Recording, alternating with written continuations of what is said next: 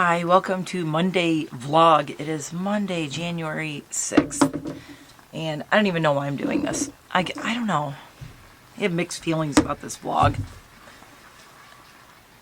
I'm outside, clearly. It is 28 degrees, but the feels like is 21.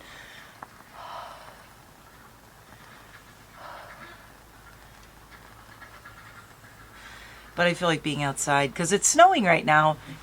And I think it was Wilma 2 for you. I can never remember how. I remember Wilma. And by the way, her name is not Wilma. One of the people who watches my vlogs and everything, I believe Wilma was her cat's name, which is really funny. So everybody's like, hi, Wilma. And it's like, her name's not Wilma. Anyway, I think that's kind of cute.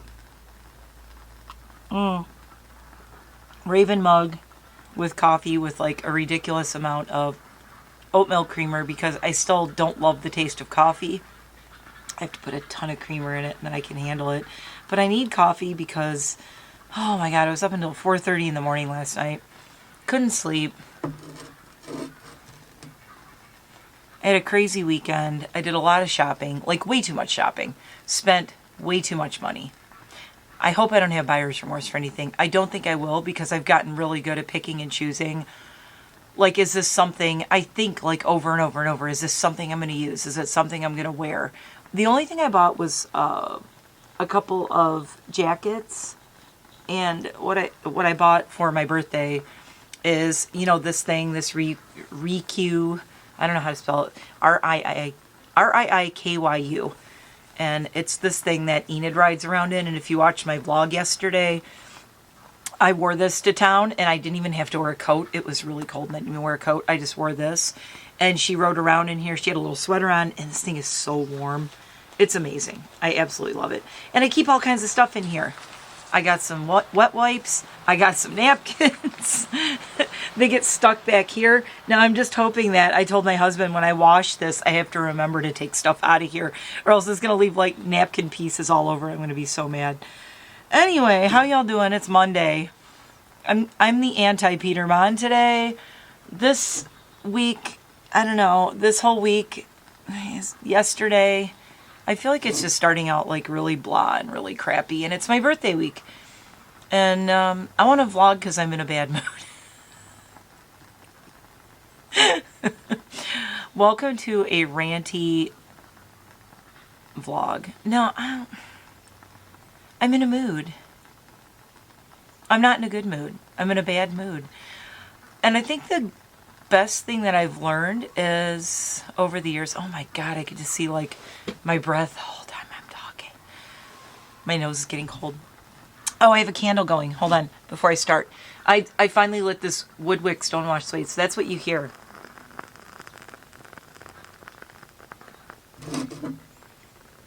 Candles and coffee outside. So if you hear a crackly noise, that's what it is. There's no wind and it's super quiet out. So let's go for a little walk because it's snowing. And Wilma said, if it snows, will you film it? And I keep true to my promises. So I am out here in the snow. And I think it's supposed to snow tomorrow. So it's funny. It was snowing all morning. And I'm like, oh, I'm going to record outside. But I'm in such a pissy mood. So I'm sorry about the pissy mood. But we'll talk about why in a minute. And talk about, like, I guess why I think it's important to talk about this stuff. Or because yesterday I was in a really pissy mood and I was just cranky. And my husband's like, I don't know what's wrong. He literally said, I don't know what's wrong with you, but I don't want to be around you right now. And I'm like, yeah, it's probably not a good idea. He knows, just stay out of my way when I get like that. But we'll talk about that. Let's go look at the snow. And then we'll sit down. If I get too cold, I can always sit in the sunroom right here. And I'll put the camera so you can look out the window and you will be able to watch the snow behind me. Maybe we'll do that. I don't know how long this is going to be. Let me tell you right now. 4 minutes in. This is either going to be a really long-ass vlog or a really short vlog. I don't know. Place your bets below in the comments at the 4 minute and 42 second, 444 angel number at the 444 mark. Place your bets. It can be really long or really short. It's a Monday. It's probably going to be really long. Okay, let's walk around and look at the snow. Okay, so I'm just going to walk and talk first. Ta-da! Snow. Peter Mom was saying it's hard to see snow on camera, and the problem is you have to be in front of something dark to really see it. So you can't really see a lot of it. I can't wait until we have our siding done next year. You'll be able to see it a lot better. And we have a lot of this stuff to finish on the deck. Oh my God. Okay, let me flip this around.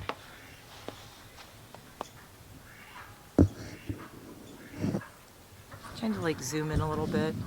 So if you see something dark, you can kind of see the snow falling in front of it. I still love these things.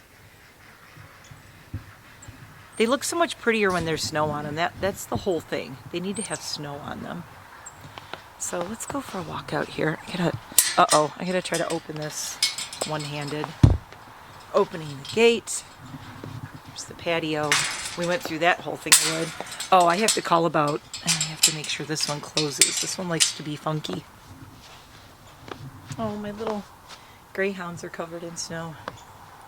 Let's walk down this way.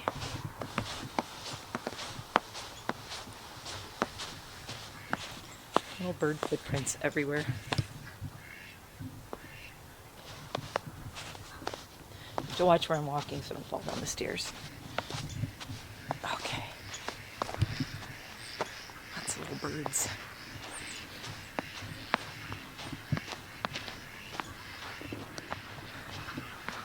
The chickens and ducks are very loud right now because I just let them out.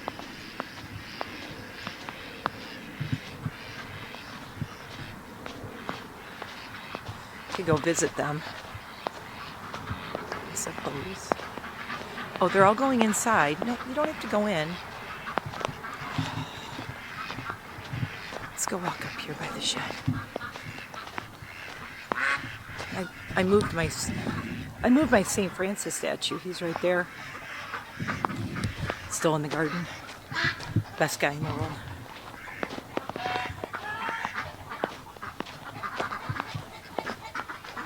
Sometimes when I walk back here, they think they're supposed to go in. Oh my God. There's my sad gardens. Sad gardens. That was called, we got to move these things as fast as possible because we're putting a patio in. Just threw those there. Oh, not where I want them. Hi guys. No, you don't have to go in. No, you can come out. You've already sweat. They don't really want to be out here. It's cold. It's very cold. One crazy chicken out here. Y'all hanging out inside today? Hey, girly. It's one of my lavender Orpingtons. You are all wet. Were you swimming? Look at my little floofer. Were you guys swimming? Were you swimming? And my coops are really big, just so you know. I'm sticking the camera in here. I'm not going to go in, but there's that coop up there. There's that back there. Both of these have the underneaths, and then we have this in here. We can see what's going on in this coop. Let's go see if there's any eggs. So you have a key. And look at my keychain. Ha! Let's see if there's eggs. Because I have to pick up the eggs because they'll freeze. Anyone in here? No eggies? Nope, no eggies.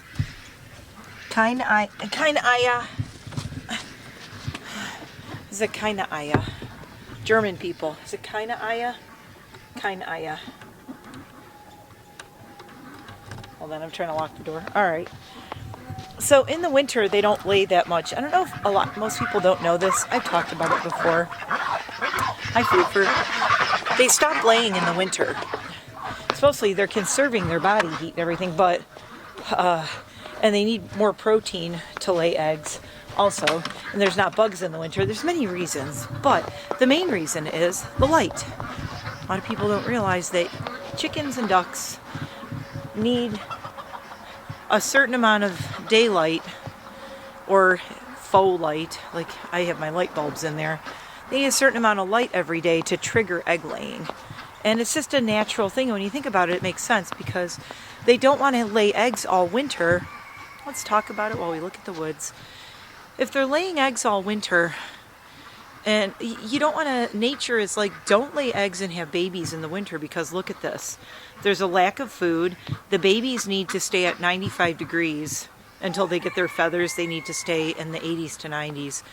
As they develop feathers, they can be out in the cold, but they have to have all their feathers growing. So when they're fuzzy baby chicks, though, that's why they either need to be under a mom or under a heat lamp. They come back out, and then as soon as I walk, no, it's okay, you can stay out. You do not have to go back in. See, so they all hang out. See, there's like under that one, and then there is an under part to my other coop. So there is literally so much floor space in here. So I have a lot of like floor space. So they have plenty of space for the birds I have, because each bird needs a certain amount of floor space. But there's that under that coop there, and there's that whole thing under there. They hang out under there. Then there's that one up there, that one up upstairs, downstairs, that, the back, and this front. I'm not letting them out to free range because I'm worried about that hawk. Also, it's very cold out. The chickens won't really want to come out here. You can kind of see the underneath right here. So I have the plastic up because it kind of keeps them warm. Storage for extra stuff. So you can see the shadows of my other guys up there. Look, they're up on top of the coop. You guys are silly. I see you. We're going to actually put a shed right here. My new shed is going to go here. So this is all together. You won't see the shed. So that white shed is going to go bye-bye. It doesn't look terrible, but it's very damaged. The ceiling, like the roof leaks in the back corner, the back right corner. That shed was built when the house was built. So the shed is from like 1999. Party like it's 1999 with my shed. That's how old it is.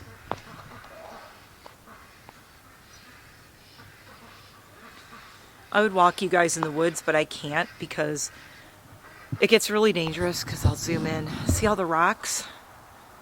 All the rocks that are under the snow get really scary. That's how I break an ankle and end up in the woods with a broken ankle and no phone. So we put this plastic up in the winter to keep these guys warm. And it keeps it very warm inside the coops. However, there are spaces, like you'll see at the bottom of here and over there, all of this right here, especially this one and the other front part we leave open for ventilation. And the front of this one's open for ventilation. I open the doors. And then at the top of... Agatha, you didn't have to get out of the water, honey. This is their Christmas tree. At the very top of that, where the plastic is, see the little strip right there? And the front of that, too, doesn't have anything on it, like, oh, I can't see it, it's in there. But anyway, so there is ventilation in there because you can't completely enclose them. They have to have some airflow in there, too. I mean, they're animals. They need fresh air. But with their body heat and a certain amount of stuff being open like this, so they're all walking around down there. You leave it open enough where they get enough ventilation. Anyway, I know all this stuff because I'm a poultry tech for the state of Pennsylvania. I've said that before, but I had to go through classes and testing, and it was through Penn State University, so I am under the tutelage and licensure of Penn State as a poultry tech for the state, which is pretty cool. I've done it for years and years. I know how to draw blood from chickens and ducks and send it to the lab. And what else? Oh, my big rock.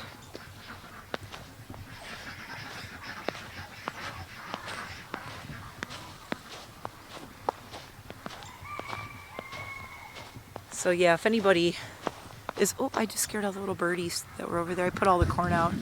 These little birds were all in my chicken yard today before I let everyone out. They were all out there because they were eating all the chicken food that was on the ground. So I put corn over there. There's little birds. They all land under there. And I also put the corn there because I have to keep the squirrels off our deck. Where are they?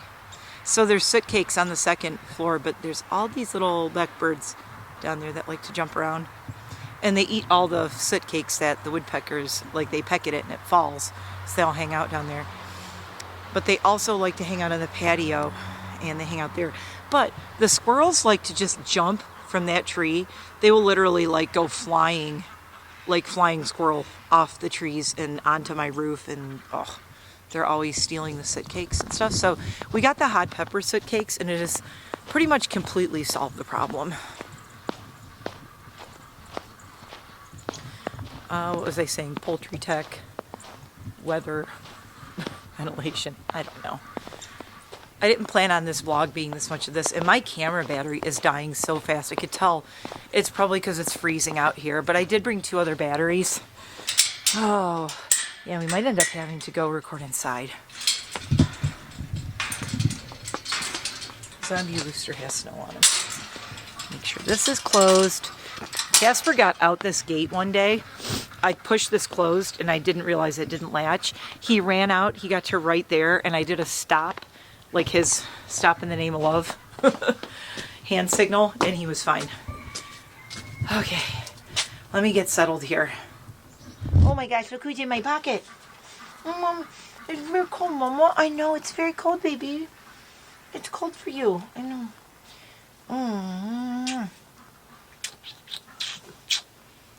It's an Enid bat. Oh my god, she's so dark. Like, she blends in. Casper's out in the snow. Wait, I don't know if I can get him or not. He's out there. Is the camera on him? I don't know. I have it flipped around, so he's out there. Let's not film him. He might want to pee. Oh, you want to go get your brother? Okay, go get your brother. Go get him. She's like, oh, no. No, no, no. No, ma'am. What you doing, buddy? Where'd he go? He blends in.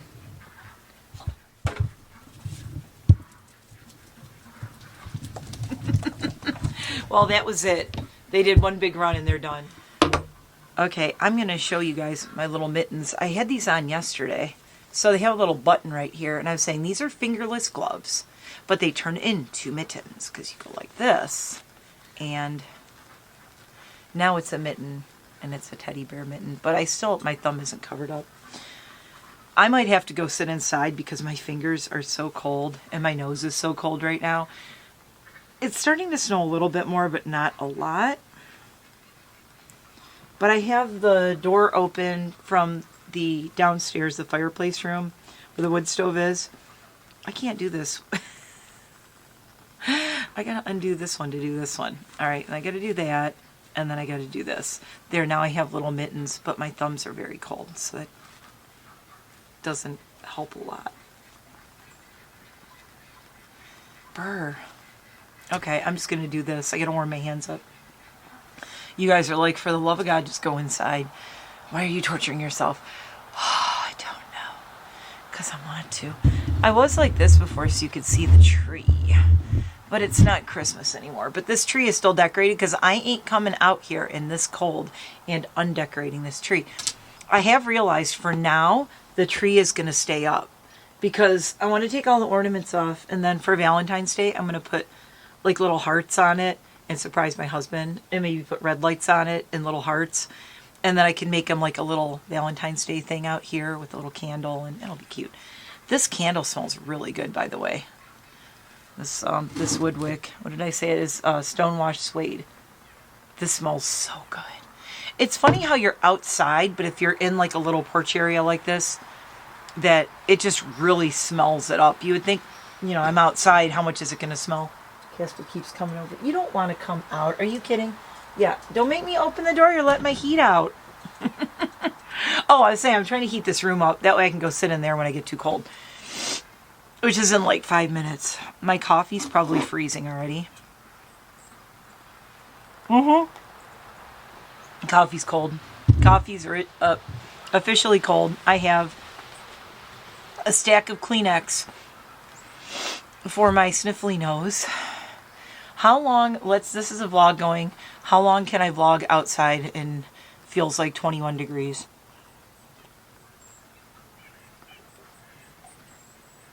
I'm just kind of slamming this coffee because it's getting really, really cold. I'm going to freeze solid. This guy is probably really cold. That's good. Icy cold water.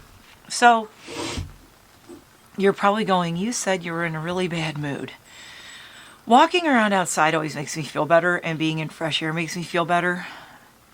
But, yeah, some days I'm just like, why am I feeling so, like, angry and, I don't know.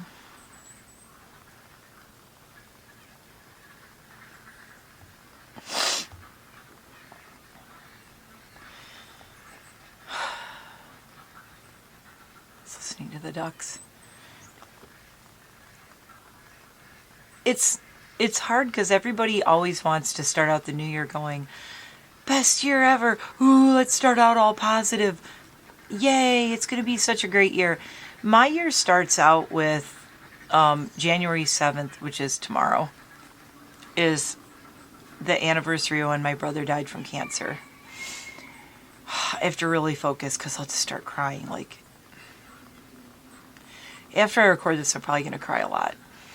Tomorrow is going to be the 13-year anniversary of when he died. And I can't believe it's been like 13 years. You know, where did 13 years go? I feel like it was like yesterday I was at his funeral. And everyone's like, oh, you were so happy about your birthday coming up. I talked about it in another vlog where I sat out here. I'm not sure which one it was, but one of my vlogs where I sat out here, I talked about how I didn't celebrate my birthday for like, I don't know, at least 5 of those years. I turned off my phone. I wouldn't talk to anyone because my brother died on the 7th and his funeral was on the 10th, which is my birthday. So every year people would say, happy birthday. Like after he died, they would say, happy birthday. I'm like, what's fucking, sorry about the swearing. There's going to be swearing in this. Just get over it. Okay. Talking about my brother who died.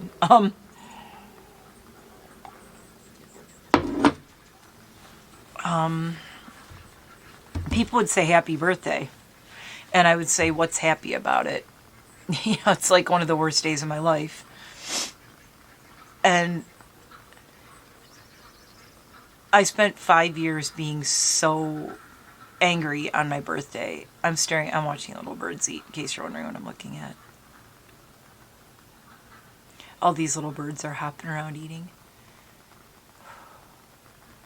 But one of the things, you know, everything is so melancholy. Like, you guys might go, oh, wow, your patio is so cool. Your house is so cool. It's cool, but it's very lonely. And I created this house, and we've built this home, and I've designed everything to be, like, the coziest, most filled with love, filled with positivity, everything good I can. And the place that I would want to share with everyone. When I first moved out here, so we've lived here 16 years. My brother died 13 years ago. So he was actively fighting cancer when I moved out here. And that was really hard. And one of the things we talked about all the time, the last year of his life, was he's like, I really want to get out there and see your house. I want to see where you live. And he wanted to, and we talked about it all the time. And the best I could do is I walked him around the house with, like, video, and I showed him the house. But he never got to come and see this. And it sucks. Like,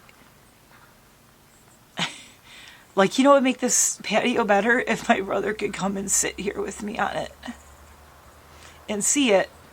It's like I have this gorgeous patio, but I'm sitting out here by myself all the time. And I'm not saying I don't have friends. Like, Jamie and Jeremy are going to be here, but it's like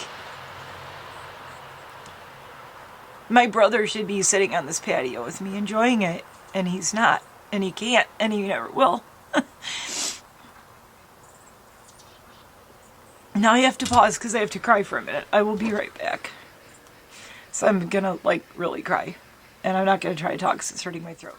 Oh my god. I'm a mess, you guys. Anyway. So, yeah. You know, even if he was here and he couldn't travel and be here, I could at least still send him pictures and say, look at all the progress. I mean, I do that with my dad, which is cool.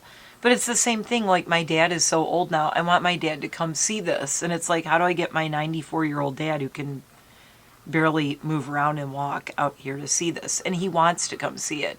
But every time he says that, I'm having deja vu, and it just reminds me of my brother not being able to see all this.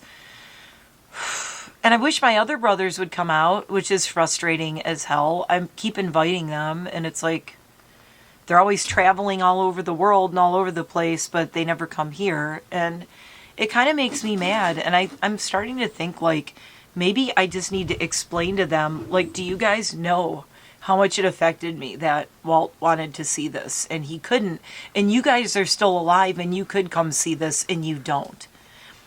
And my family is weird. I mean, I have like 3 brothers left out of the 4. I never had any sisters. But it's like, they've never been here. In 16 years, my brothers have never been here to visit me. Oh my God, right when I said that, my battery died. It's a sign. No, I mean, nobody visits me in my family. Like my niece Mads, but I have to drive to get Mads like almost 3 hours and then drive back here. So if I even want one family member to visit me, I have to drive 6 hours. Yet in all these years, I go back to Michigan as often as I can. In a lot of years, I couldn't. And I couldn't because we didn't have money. I didn't have money to keep going back with gas money and everything. I mean, now we're doing better. Financially, that's why I go back so often, because I can afford it now. Before we couldn't. And it sucks that now that I can afford it, like 2 of my immediate family members are gone, my mom and my brother. So, I'm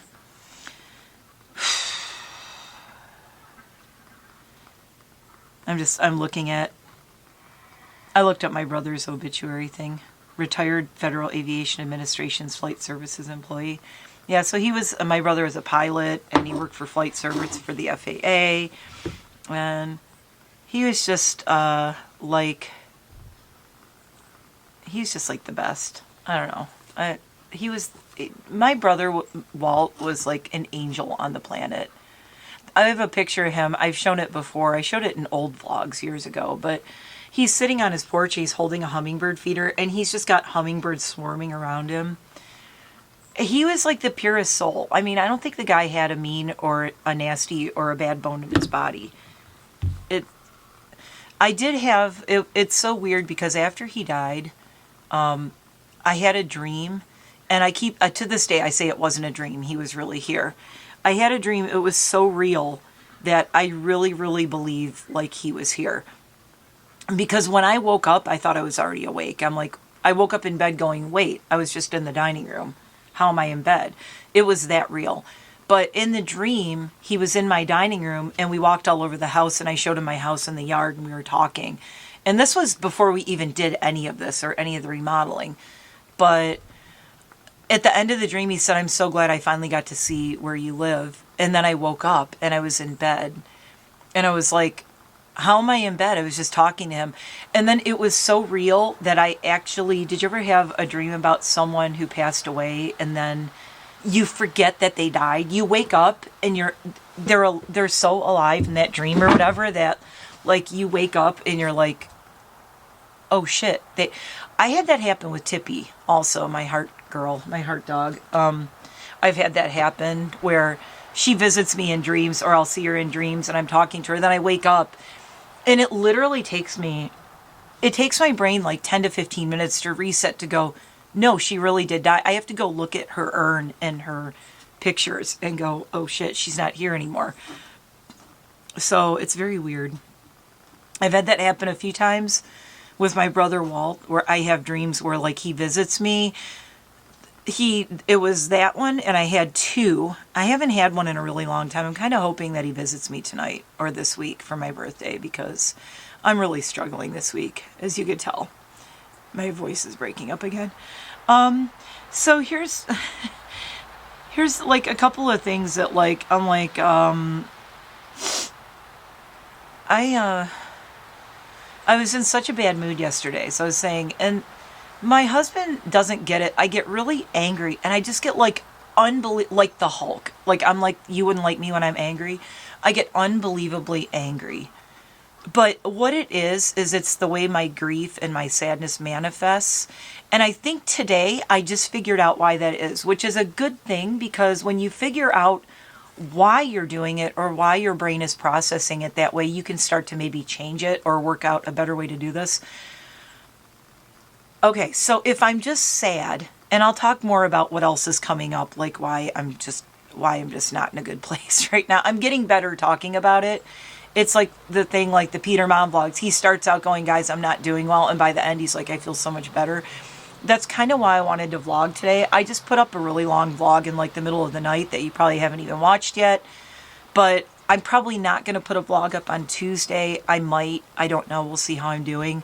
I kind of want to vlog every day this week. I have 2 makeup days, Wednesday and Thursday. I have makeup days. And I may do something. I don't think I'm going to do a makeup video on Friday because Jamie and Jeremy will be here Thursday night. So we're supposed to do the live. But I literally woke up this morning. I'm like, I don't even want to do this live on my birthday. I don't even freaking care. I don't care. Why am I even doing this anymore? And I think what really got me is like just yesterday, it just hit me like this is the week. Like this is the week of the anniversary that my brother died. Like I was in hospice with him. He went into hospice for about 7 days. I got there the 3rd or 4th day. I think the 3rd day he was there. I dropped everything. I left work and I drove straight through. He was all the way out past Lansing. And I drove out there and I stayed in the hospice building. I never left the whole time he was there. I was there Wednesday, Thursday, Friday, Saturday. He passed away that Saturday. And I didn't leave until the coroner came and took him out the door. I told him when I got there, I said, I'm not leaving until you do. So I'm here the whole time. And I've talked about this before too, but his wife and his daughter, Kate, they were so happy I got there because they didn't want him to spend even one night alone. And they hadn't been home in 3 days. And they were like, we need a shower. I mean, when you're there 24/7 with somebody in hospice, if you've been there, and you'll know, when you're in a hospice center, and this one was beautiful. The people there, again, angels. They had a full kitchen, and I mean a huge kitchen with this big island and everything. And what it was, my brother was very involved in his church in Lansing, really involved. I could tell, if I told you stories, you guys would be bawling your eyes out. Like, I don't want to talk about it. It's going to make me cry too much. Maybe I'll bring it up. But anyway, he was very involved in his church, but the churches in that area, they go to the hospice and all the women there, like they cook entire meals. Like every night there's like a full dinner and all these desserts. That kitchen was so stocked, like anything you wanted. I would be in there at like 3 a.m. having cereal and like brownies or like a cookie or something. I mean, it was crazy. And this was before I went like vegetarian. Well, I was vegetarian, but it was before I went totally vegan, because it was 2013, so I wasn't vegan yet. That was 2015. So I was in there just I remember like it was yesterday going in there and opening all the drawers. They had this big refrigerator, like one of those big double ones, like the really bougie fancy ones. And I'm opening the drawers and I'm like, oh my God, there's casseroles, just like mac and cheese, baked spaghetti, lasagnas. It was just amazing. And these women would come and just every day some woman was coming in from the church bringing in food for the people there. And it wasn't a huge hospice place. I mean, I don't know how many rooms they had. It was a decent size, but it wasn't like humongous. And I would be in the kitchen and nobody else would be in there. I mean, it wasn't like there was always people around, which is kind of cool but they had a big living room and there was a fireplace and there was a couch. It felt like you were in someone's home. And there was this really pretty little like park outside and park benches. And one of the things I brought home with me was I would go just get outside for a minute. I'd look out his window, but I would go outside and I'd walk around. And I picked up pine cones that were outside the hospice, and I still have them. I have a glass heart that I bought. Now, this is another cool thing about the hospice he was at is the basement of the home that it was in, it was like a big old house and they made a hospice out of it. In the basement, they made a resale center. And what it was like people could donate things from the family they could donate to sell in the resale center downstairs. And they were things that belonged to families and people who had passed away there. It sounds kind of sad or melancholy, but it's really not. I think it's cool. And me and my nieces and my sister-in-law, we all bought stuff. We all bought stuff there because we wanted to support it. Because it's a way to support the hospice center and keep them running and doing everything they were doing. Was they had this resale center, and all the money from it, because everything was donated, And then all the money they made went back into providing like any food they needed, or sheets and blankets and pillowcases, because they had a guest room and they let me stay in this guest room like the entire time. And it was just a couch. I mean, there wasn't a bed. It was like a guest room, but I think the couch folded out or something. I'm trying to remember. I don't know. I was so like, if it did fold out, I didn't fold it out. I just slept on that. But I stayed there the whole time. I had my bags in that room, and the nurses were so nice. They were like, your brother is so special. The community loves him, blah, blah, blah. Everybody loved him because he served, you know, the people who help with communion, if you're Catholic, the first communion, you know, the guy who stands there and helps the priest, and they sit in a chair, you know, on either side of the altar. They sit back there and they just kind of assist, and they do all. So my brother did that. And the thing was, when I will tell this story because it's really cool.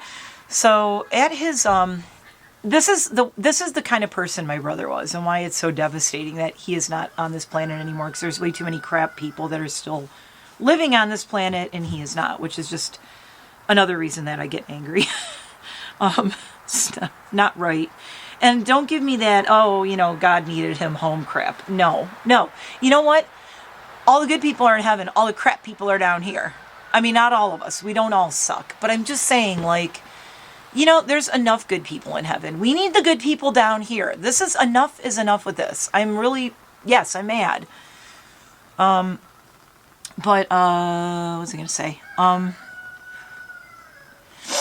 The priest that did his eulogy, my brother's eulogy. So I wish someone had videotaped the eulogy. And it sounds weird, but I wish I could watch it back. And I wish I had a videotape. It's one of my biggest regrets, is that wasn't taped or recorded in any way. Because what the priest said about my brother, I want to play it for everyone. I want to watch it over and over. He stood up there and it turned out the priest and my brother had become like best friends through my brother's illness. Like, he had chondrosarcoma. I think that's how you say it. It's cancer of like blood and bone cancer. There's no way to beat it. Chemo doesn't work on it, and your average lifespan once you're diagnosed is 5 years. I looked all this up as soon as he got it, and I'm like, crap. Well, the October of 2012, he called me and he's like, well, my PET scan doesn't look good. They found like 11 lesions in my brain. And I was like, I think I told this story in a vlog before, but I have a lot of new people. But I was going to work at PetSmart. I was working at the grooming salon there. And I was driving to work and I was talking to him on the phone. I had my little flip phone and I'm like talking to him. And I'm like, oh my God. And I was in the parking lot. I was supposed to work that day. I was in the parking lot and I'm like, how can you be so calm about this? What does this mean?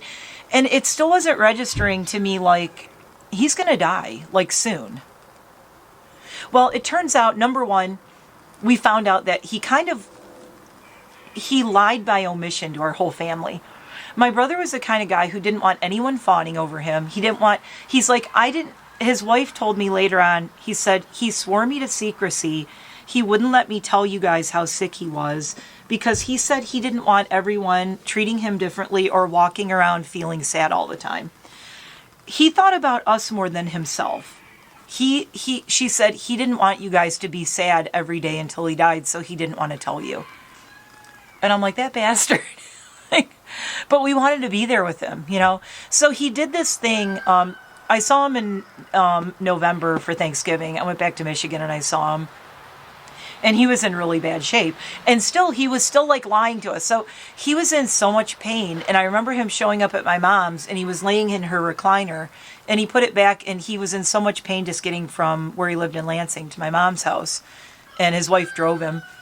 And he was in the recliner and he was in so much pain. And he's like, oh, it's just my sciatica. You know, it acts up and my sciatica is really bad. Well, what we found out later on from his wife after he passed away was that he had cancer through his whole body and it was all through his spine and in every organ. She said, the way she described it, she said his last PET scan, he lit up like a Christmas tree. It was like through his whole body. And then he came to my mom's at Christmas, and those are some of the last pictures I have of him. And my little deaf dog, Aurora, she was sitting on his lap, and I always think of, like, when Aurora passed, I was so devastated. It was like, well, she's with Uncle Walt. And he just loved her so much. He could barely use his hands at that point. He had a straw, and he was trying to pet her, and he was, like, really struggling to move, and he couldn't really talk a lot. He was very shaky. And that was like Christmas of 2012. And then he passed away, January 7th. And I guess between Christmas and when he went into hospice, he asked all of my brothers to come to his house in Lansing. And one by one, they all drove out there. And I guess he just, God, I'm going to bawl my eyes out of this. He just sat there and talked to all of them and went, like, relived, like, all their favorite memories and talked about their life. And I didn't get to go out there because I was so freaking poor that I couldn't go back.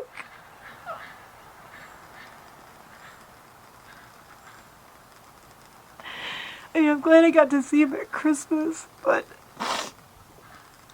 And his wife told me that week that he had everyone come out... I might have to pause again and get myself together. I guess the week that everyone came out, I couldn't be there. And she said she walked in the living room one day and he was watching Mr. Rogers. And he was watching Mr. Rogers and he was watching Sesame Street. And she's like, "What are you doing?" And he goes, "I'm thinking of my sister because I used to watch these with her when she was a little kid, when she was a baby." And that was how he was thinking of me there, was watching Mr. Rogers and Sesame Street, which I think is so adorable. But it also just kills me, that he was sitting there thinking of me like that, and I was stuck here.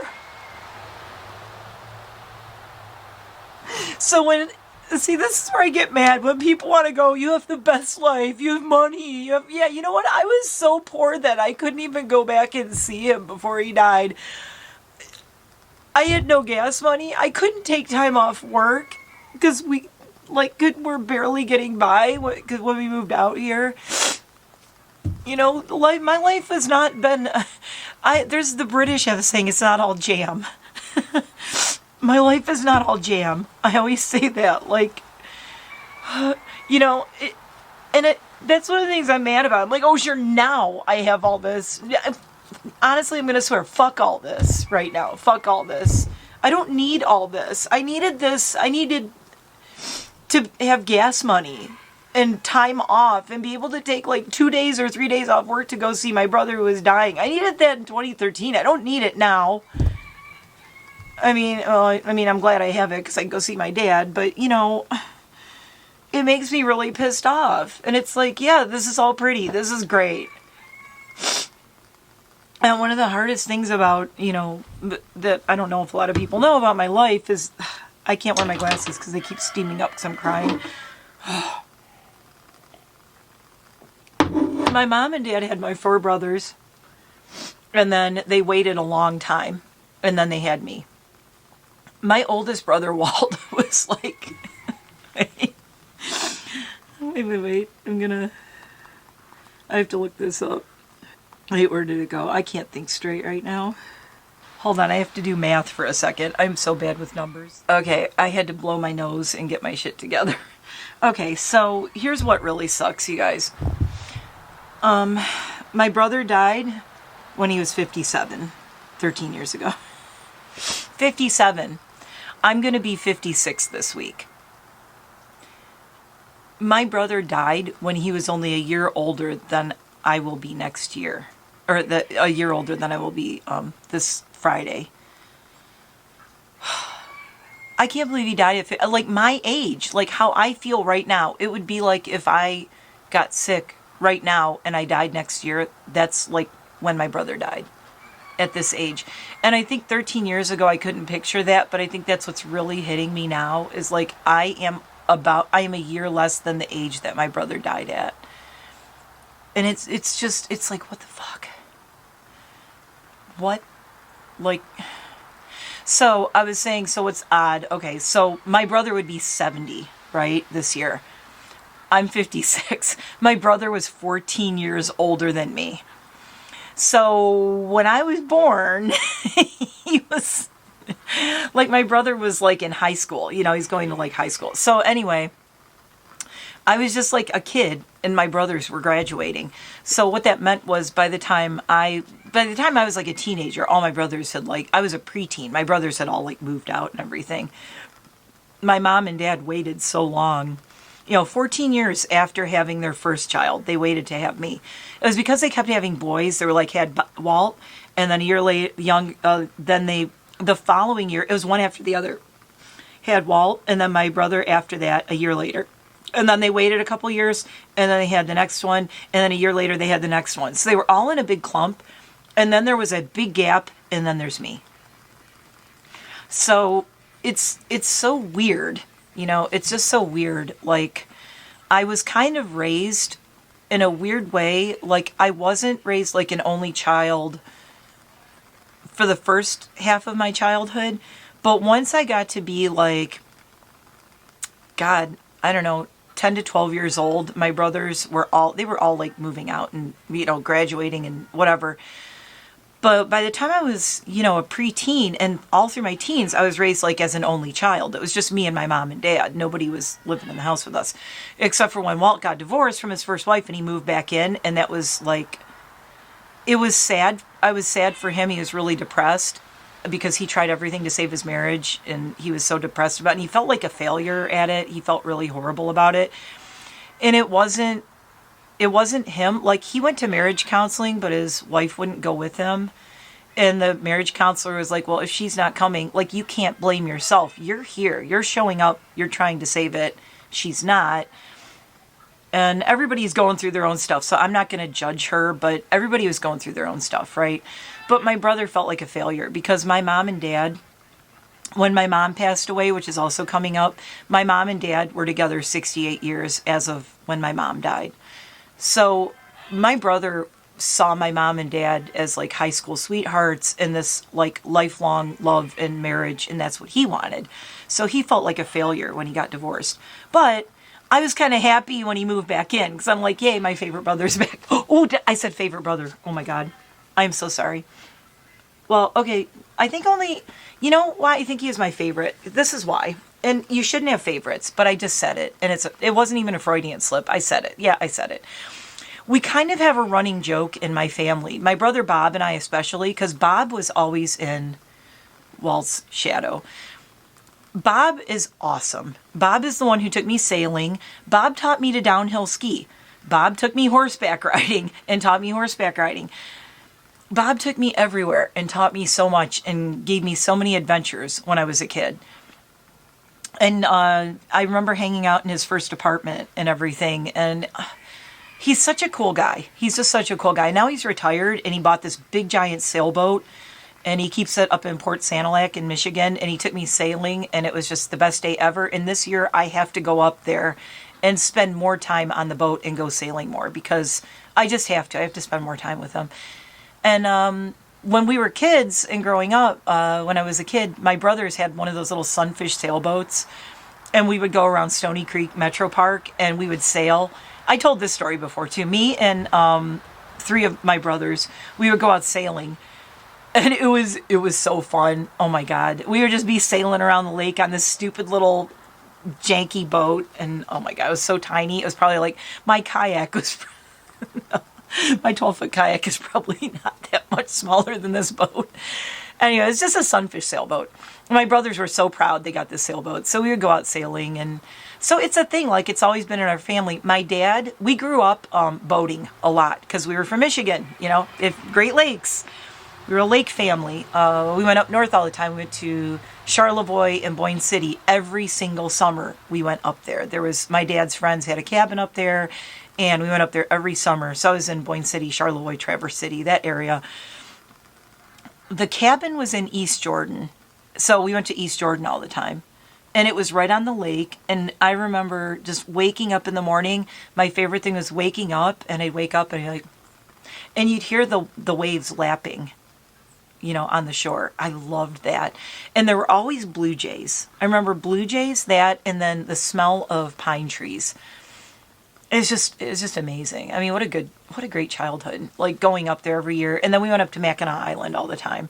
So every summer we were always doing that. And my dad loved boating. We were always boating. My dad was always fishing. I got all dragged fishing all the time.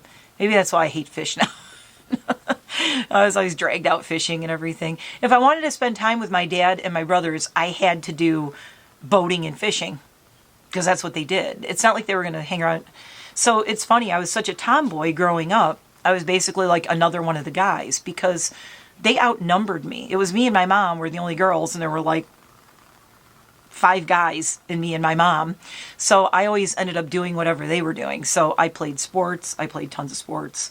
I bowled. I was on baseball like softball teams, just everything. I did all of the sports. I was on the basketball team in junior high. I was a big swimmer. I'm really good at boating. Pretty good at boating because I grew up boating. I learned to horseback ride when I was a teenager. I started in ski club when I was in 6th grade. I started ski club. I ran track. I was very, very active and I did all this stuff. I wasn't a girly girl at all, ever. Still am not. Explains a lot, doesn't it? Because I had 4 older brothers. So I was kind of like thrown into this, you're one of the guys thing. And that's fine. I mean, I was like, and that's why like all my friends are like guy friends. Jamie and Jeremy, I call them my brothers. What's really interesting is they came around in my life at a time where my brothers were all, they all had their kids and their families, and I hardly saw them. And I just felt really like left out and alone because I was in my 20s and they're in their like 30s and pushing their 40s and they're having kids and buying houses and families. And I'm like I'm just moving out of my mom and dad's house. It was a really horrible time for me. And I had a really bad time in my 20s. And thank God I met Jamie and Jeremy, but thank God I met Jamie especially because Jamie, I really say, saved my life.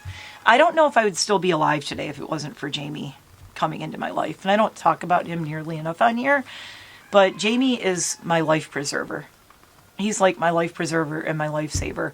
Him and my friend Dean, like, really saved my life, like back in the day, when I was in really bad places in my 20s. But when Jamie came along, I said, and people say, oh my God, how, my dad asked me once, I don't know if I told you guys this. My dad asked me once, he loves my husband. Believe me, my dad understands it now. He adores my husband, especially like they have so much in common. My dad gets it and he adores him.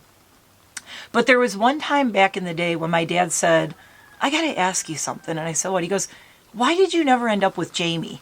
Like, why did you never like become like boyfriend, girlfriend, blah, blah, blah. And I go, in a nutshell, he's a man whore.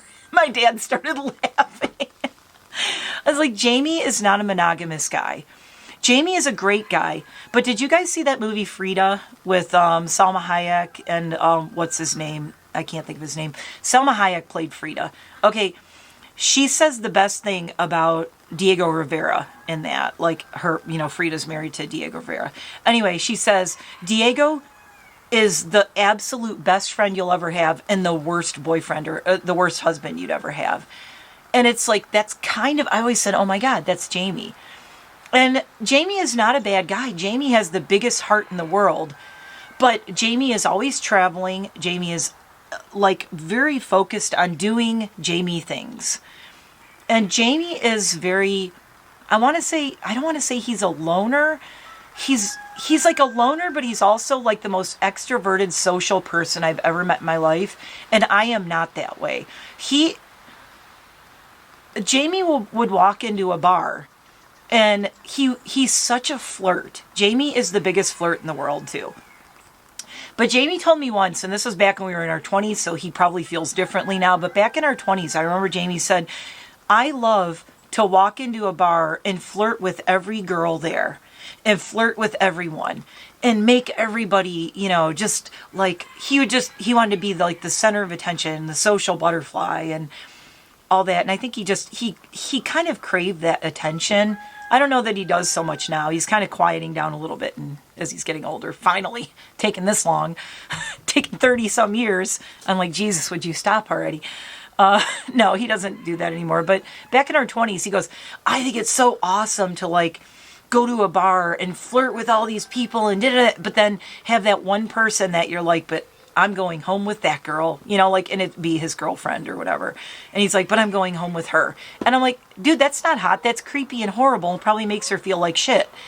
And that's why I was like, I can't date someone like that. Dude, no, not for me. Now, there was someone he dated who was totally the same way, and they were like made for each other. And sadly, I don't even want to talk about that, but we lost her years ago. And Jamie has never recovered from her loss because we all really thought they were going to end up together. That was like, to me, like she was like his perfect mate, and she is no longer here, which really freaking sucks. But, yeah, she was the same way. They would walk into a bar together, and she was a burlesque dancer too. So she was like, he's the lead singer of the band, of our old band, and he's still the lead singer of Half-Life, and she was a burlesque dancer, and they would go into a bar, and they were just like the hottest couple there. I'm not kidding. They were like they just exuded this like energy, like they would walk into a bar and it's like, they're here, it's just, I don't know. And she was gorgeous. I mean, she was like my little sister. I lost 2 women who were like my little sisters, and she was one of them. And I miss her like every day. And I've never talked about her. Maybe I will sometime because I don't know. I don't want to. I mean, I do and I don't. It's like a devastating story, and I hate it. I hate it so much. But it's freezing out. Why is that dog outside this whole time? Barking its full head off. There are people who live across the road who leave their dogs out, and I'm like, can I just call the dog warden because it's freezing outside and your dog is out there 24 hours a day? I kind of want to go steal their dogs. I shouldn't say that because then if their dogs disappear, they're going to come knocking on my door. But I do not have your dog. I just said that because you're a jerk. Okay. Anyway, the deer are coming. I see one. Hi, bud. Oh, I am all over the place with this. Anyway, but yeah, that kind of person is not for me. My husband is like, I need to be with somebody that makes me feel very secure. Jamie is the kind of guy, like, if you are not 100% secure and know that you are the shit and you're better than any of the bitches in the bar, like, if you're not that girl, like, you can't date Jamie. Jamie is still single, and he's 2 years older than me, okay? And he's never been engaged, and he doesn't plan on it. I don't think he'll ever get married. He just said to me the other night on the phone, he goes, I might just spend the next year single and not dating anyone. He kind of just dates, and he dates a random few people, whatever, travels with some different women, but he doesn't have any big commitments to anyone, and he shouldn't, because and I just feel like that's the thing. I go, he has a problem with commitment, but that's another video for another time. Jamie has commitment issues. Not with friends. Jamie is the best friend you ever want to have. But for the love of God, don't fall in love with him and don't date him. So, I told my dad this stuff, and he's like, oh.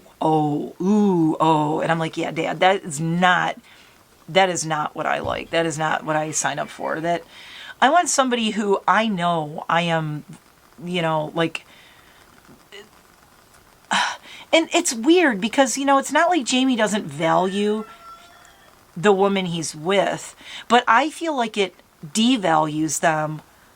It devalues the person you're with if you are that outwardly flirty with other people. And like I said, this was back in this was back when we were in our 20s. He's not, don't think that's who he is now. Like, he is, no. I mean, I don't want you guys to judge my friend Jamie and be like, that asshole. No, he is like an amazing, amazing guy. And he is not the same. Oh my God. He is so not the same guy he was 30 years ago. If he was, I wouldn't be friends with him. I'd probably be like, dude, enough of you. No, you got issues. I still tease him about his issues, but he is, he's learned a lot in the last 30 years. But I think the smartest thing he did, and to prove what a good person he is he doesn't commit to anyone because he knows. It's like those people who have a kid and you're like, of all the people who shouldn't have a kid, it's that person. And that person has a kid and it's like, you're like, what did you do? Why did you do that? And it's like they make these horrible decisions. It's like, I think me choosing to never have kids proves what a good person I am because I'm not going to bring a kid in the world. Well, I couldn't anyway. My body didn't work. So, that's neither here nor there. My body was broken and couldn't have kids. But it's like those people who have a kid and you're like, of all the people to have a kid should not be you. because they either just, all they want to do, they're so into themselves and they can't think about the kid at all, or they can't do anything, or they're not in a place to provide anything a child needs. So I think it shows such a great sense of maturity in Jamie that he's never committed to a woman. He's never proposed to anyone. He's never asked a woman to move in with him his whole life, because he knows he doesn't want to make those commitments, because he knows that's not him. You know what I'm saying? Like, the worst thing he could have done is back in our 20s, fallen in love with somebody, or said he was in love with somebody, and then put a ring on it, and then had to move in, and then be out tomcatting around behind their back. But he didn't do that. Is he still kind of like shady? Yes. But he's, you know, he's come a long way. And I have like mad respect for him that he never got pushed into a commitment, and a lot of women he's dated have pushed him. Like, we have like kind of a running joke with this too, with the ultimatums. When a woman gives Jamie an ultimatum, they're like, well, if you don't give me a ring in the next year, there's one in particular, if you don't give me a ring in the next year, I'm out of here. And I was like, bye. Bye. Don't let the door hit you on the way out. I mean, I'm like, wow, that is the absolute worst way to not get him to commit to you. I'm like, you are so freaking stupid. How dumb are you? Ultimatums are never good. Oh, my battery's going to die again. Okay, next battery coming right now, and then we're going to be done. I think that's better. My camera's like struggling because it's so cold. We've been out here. It's so cold out here, and we've been out here so long. Okay, well, talking about Jamie is always a good palate cleanser for me because he makes me so happy, and he's my best bestie. I was talking to him on the phone this weekend, and I'm like, you know, we were talking about how Jeremy's in all my vlogs, and I was telling him, I said, yeah, everybody says, you know, Jeremy and I are so fun together, and we're so cool, and everybody loves watching us. And I told Jamie, I go, you know what makes me so sad in a way is that Jamie and I are like, if you guys think Jeremy and I are like,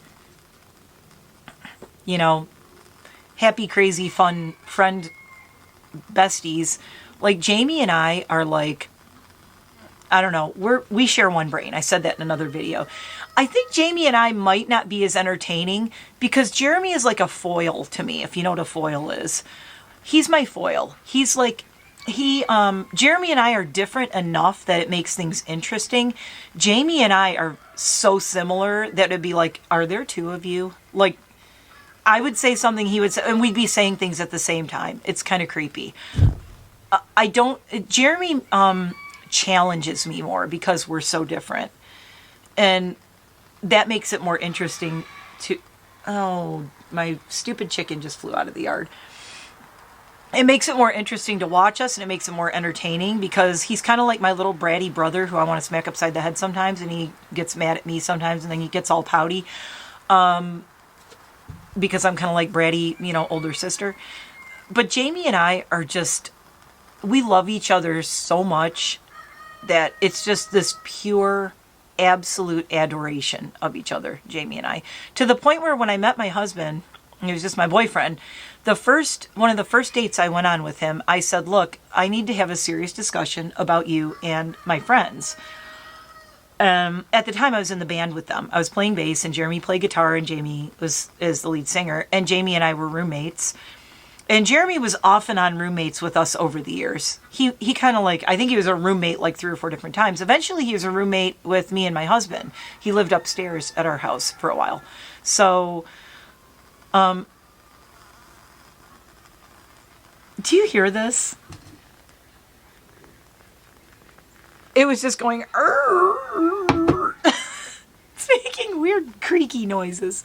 But yeah, Jeremy was our roommate off and on for years. But Jamie and I were roommates since we met. I mean, we met and we lived in the apartment together on Wade State campus. He was looking for a roommate. It was a 3-bedroom apartment, and Rocky was living there, who was another medical student.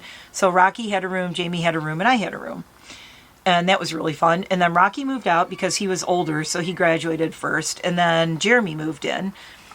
And well, it was just me and Jamie for a while, and then Jeremy moved in. But then after Jamie graduated medical school stuff, he bought his first home, and it was really exciting because he's like, well, it's kind of like our home. So I'm like, yes and no, I'm still paying you rent. But you know, he's like, oh, we should get a dog or a cat. Or, well, we had a cat. We had 2 cats. And he's like, oh, this will be so fun. Da, da, da, da. So yeah, it was fun. Moved into the house with him. And, you know, so Jamie and I moved into Jamie's first house with him. That's how close we are. I was there when he bought his first house. I mean, the whole thing. It was nuts to think about, like, looking back. So when I met my husband and we were just dating, I said, you know, stop making that noise. This candle's making a very unsettling, creaky noise. I told him, I said, you know, if you have a problem with my friendship with Jamie, this is not going to work out. Because one of the many reasons, there are many, many reasons that I divorced my first husband. Some of you don't know I had a first husband. I did. We were only together. We were only married for like 9 months, and I filed for divorce. That's a whole other story. It has to do with him being an alcoholic, and that's all I'm going to say.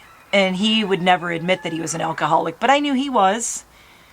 And look, he was, okay? He was a barely functioning alcoholic too. I supported us. He did not have a job. I worked 3 jobs to support us. And I was at work one day and I went to check my balance on my checking account and it was 0.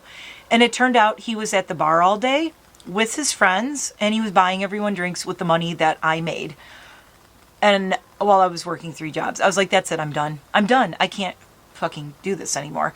Also, he would get really angry and he didn't ever physically abuse me, but he was mentally and emotionally highly abusive to me. And I don't think he realizes even that he was doing it, but it was so insidious that the things that he would say to me affected me for years and years. And I still think about them to this day. He was constantly picking at me about my weight, about the way I looked. And I'm like, why are you with me if I'm so fat? Why are you? I got to my skinniest point after we split up, or after we got married, and then immediately, I think I told the story, but I was in the elevator there was an elevator at the event, and I was supposed to be going to do my vows. Jamie was with me. Jamie was in the elevator. I said, I don't want to do this. Why am I doing this?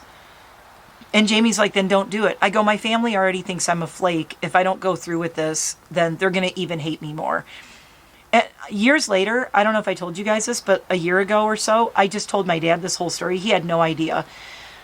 My family never knew all the reasons that I went through that wedding and why I got divorced. After I told my dad, he looked at me so much differently and he looked like he was going to cry. He almost started crying. He's like, why did you do that? Why did you put yourself through that? And I go, because you guys, everybody already thought I was a flake. Nobody in the family, I felt, liked me. The only time they liked me was when I was having the big white wedding. That was the most normal I ever was. And all I ever wanted was to fit in. Look, I'm wearing my black sheep hat. All I ever wanted was for everyone in the family to like me and make me feel like I fit in. And they never did.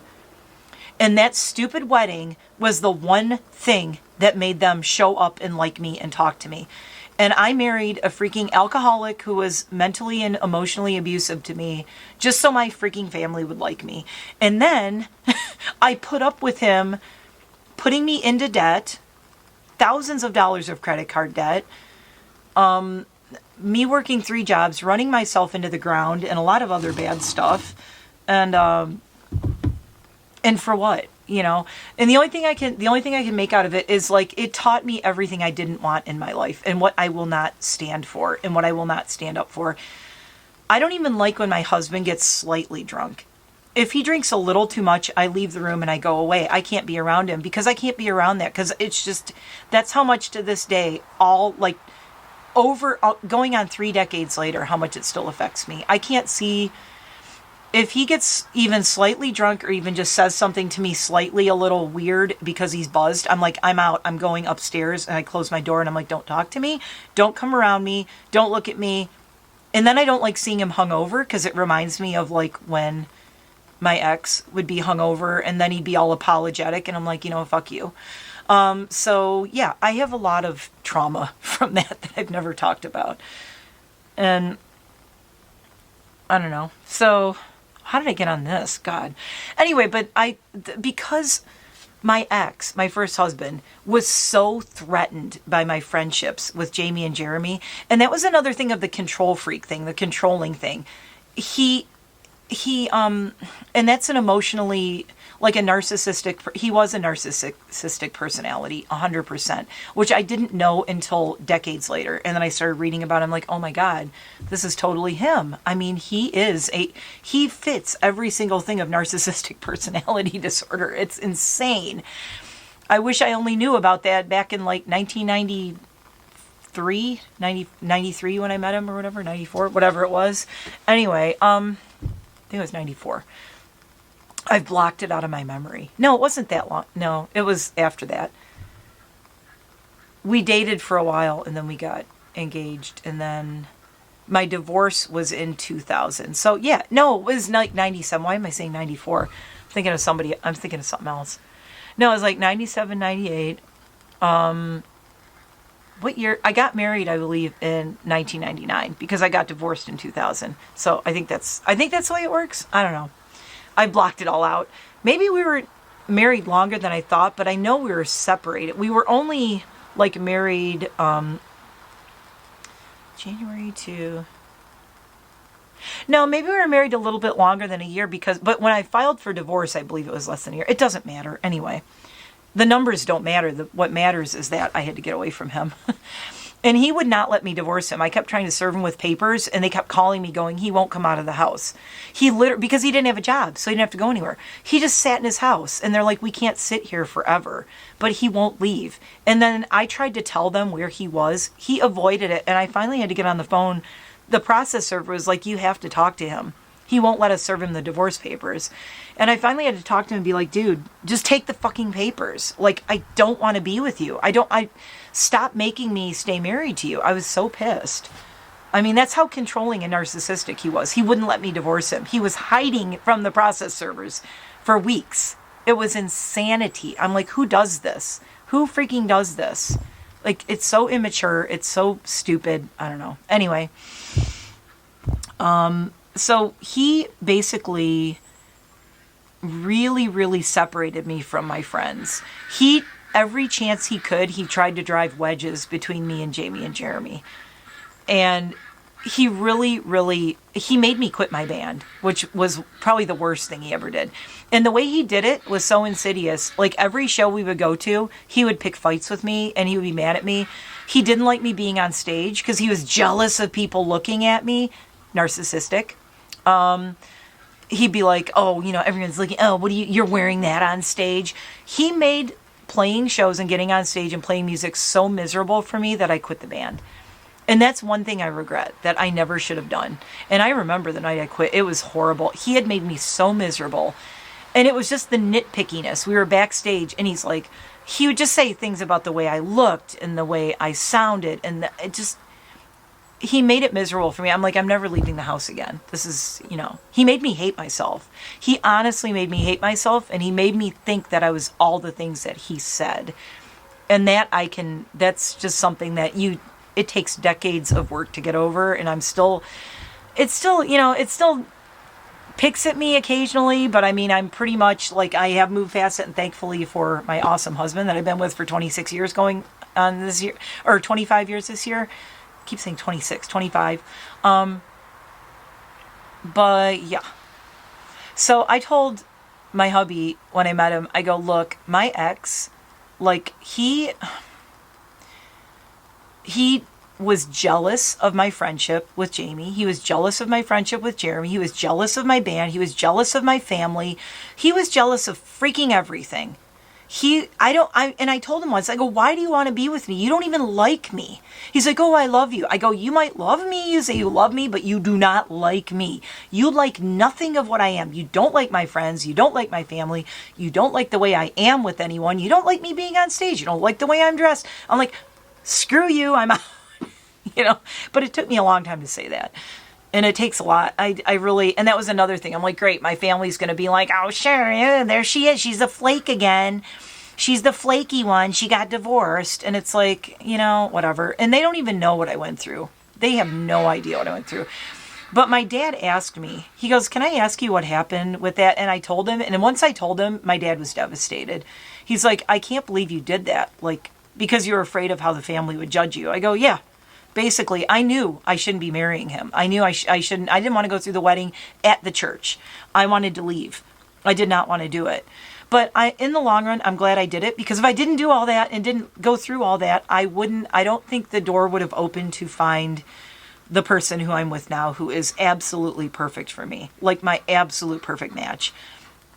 I wouldn't have found him.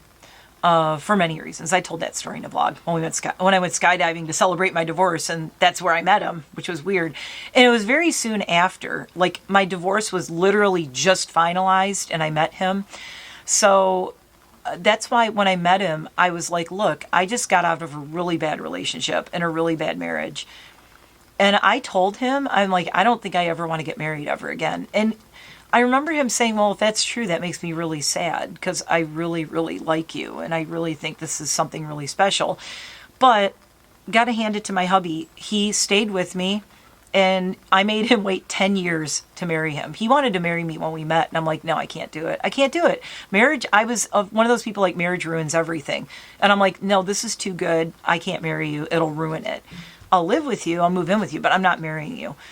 So it was really weird. Like that was that story. Like I didn't marry him for that's why we've been together 25 years, but we've only been married for we got married in 2010. Yeah. So we have 15 years. Yeah. 2010. Because I made him, it's like 10 years. Well, okay, just shy of 10 years. Cuz we met in June of 2000. We got married in May of 2010. So a little bit shy, a couple months. But yeah, basically, I always say, yep, made you wait. I said, I was teasing him. I'm like, oh, I made you wait 10 years. You're still around. I guess I can marry you now. You haven't screwed anything up. No, but yeah, he understood. But this is when I knew he was the right guy. So my husband had lost his best friend very early in our relationship. But I remember telling him when we met, I said, if you don't understand my friendship with Jamie and how close I am to him, he's basically like my twin brother. I do not have any kind of weird feelings for him. I am not attracted to him in that way. It's nothing like that. But Jamie and I can sleep in the same bed together. I mean, totally clothed, because ew, like, ew. People go, like, I told him, I go, kissing Jamie, it's like kissing my brother. I'm like, ew, ew, ew, ew. The ick. Big time the ick. Hi, Meme. My Amazon might be here. She's barking like crazy. Yeah, anything with Jamie and sex, the ick. Okay, just the ick, 100%. All right. So my husband knows, like, he never has to. I'm like, no. You might as well say, why are you not dating your brother? You know, and that's how gross it is to me. But I told him, I said, Jamie and I can sleep, take a nap together, snuggled up together, but we're like that Friends episode with Ross and Joey taking a nap together. That's me and Jamie. Like, oh, it's the best nap ever. And then you wake up and you go, ew, ew, ew, ew. Like, that's me and Jamie. Okay. But Jamie snores too much. I can't nap with him anymore. But, you know, some guys wouldn't understand that. But my husband, because we have such a level of trust and understanding, what he said to me when I said, look, Jamie is my best friend, I would take a bullet for this guy in a heartbeat. I would give him a kidney or whatever in a heartbeat, like if he needed it. And we were compatible. But my husband said, I would never be threatened by that. And I would never try to come between a friendship like that. He said, if anything, I think it's so amazing that you have that kind of love and friendship in your life. And my husband this is the difference. I think my ex, I don't think he really had he had friends, but they were all drinking buddies. I don't think he knew what it was like to have that kind of friendship. You know what I mean? Like that deep of a friendship. I don't think he got it. I think because all he had were drinking buddies. He had guys he got drunk with. That was it. And it's like, well, who are you and what kind of friends are you when you're not all drunk? You know, because you're always all drunk and all at the bar. So he didn't get it. But my husband had friends like that he was like, he would take a bullet for. They were his besties. They were his ride or die, you know, absolute, like they were brothers separated at birth, kind of thing. So he said, no, I understand. I absolutely love that you have that kind of friendship in your life. I think that's amazing. So that, you know, and it's funny because since my husband has lost his best friends, they passed away, I go, well, you still have Jamie and Jeremy, and you know, I know they're my besties, but they're also your besties, and they're kind of, I will share them with you. And he goes, I know, and I love them, but you know, but he has his memories in his 20s with his besties before I met him. So, and those are the ones he lost. So I'm going to someday, God forbid, I hope I go first, because I don't know how I will live without Jamie and Jeremy. I swear to God. You know, it's weird because I love my husband, but if something happened to him, we have such a strong relationship and love and everything, and we're so independent that I'm like, I know he would want me to like just go out into the world and kick ass and keep doing everything and do everything for both of us. Like keep rescuing dogs and keep helping senior rescues or rescuing, like opening a rescue in his name or his memory or something. But then I think about if Jamie wasn't here or Jeremy, and I'm like lost. I'm like, I can't think about it. Let's not think about it. That's bad luck. That's bad juju. Let's not think about it. Clearing that out. Smudge stick. Candle, clearing that out. Bad juju. No. But you know, it's weird. There's just certain people you can't imagine your life without. So segueing into, now I'm feeling so much less angry just vlogging. I might need to vlog every day this week just because it's going to be a really hard week. And you're like, it's going to be your birthday. Yay. And I'm like, yeah. I'm really trying not to focus on negative stuff because like tomorrow's going to be tough. And I'm going to just be really busy the next few days getting ready for the guys coming out. But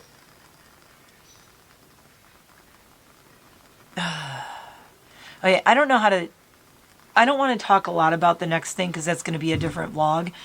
But here's what's really hitting me this year, and it hit me at New Year's, and it started hitting me in December, this is the 10-year anniversary year of when we lost our 5 original dogs. Our 5 original dogs were Tippy, Cairo, Velocity, Bailey, and Odie. Or Odie died the year before, sorry. And Aurora. Aurora was our first Chinese crested. So Tippy died in January of 2015. Then Aurora died. Then Bailey died. Then Cairo died. Then Velocity died. Now, you're like, how did you lose 5 dogs in 1 year?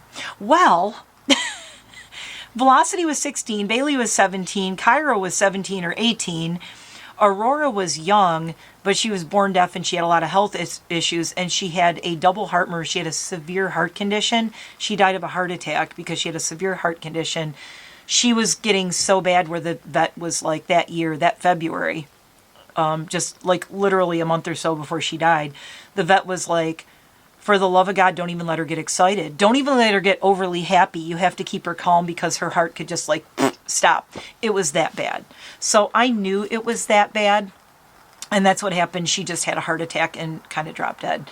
I tried to revive her, but the vet was on the phone with me. I was doing like mouth to nose. I was doing chest compressions, everything. I couldn't bring her back, and it was devastating.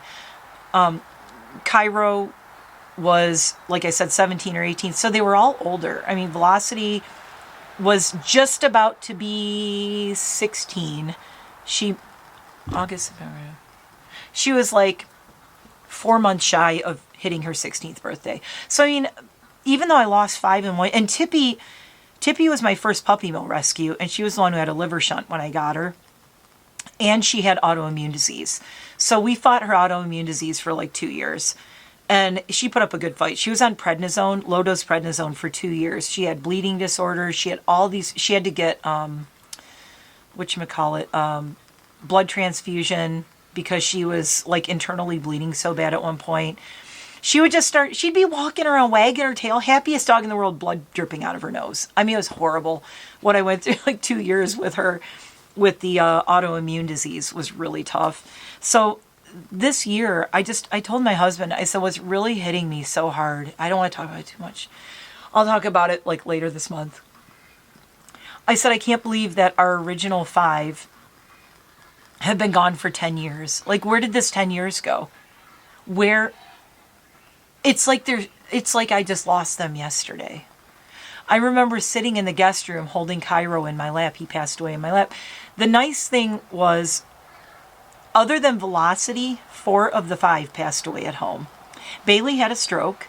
It was really sad. He had a stroke, but he passed away at home.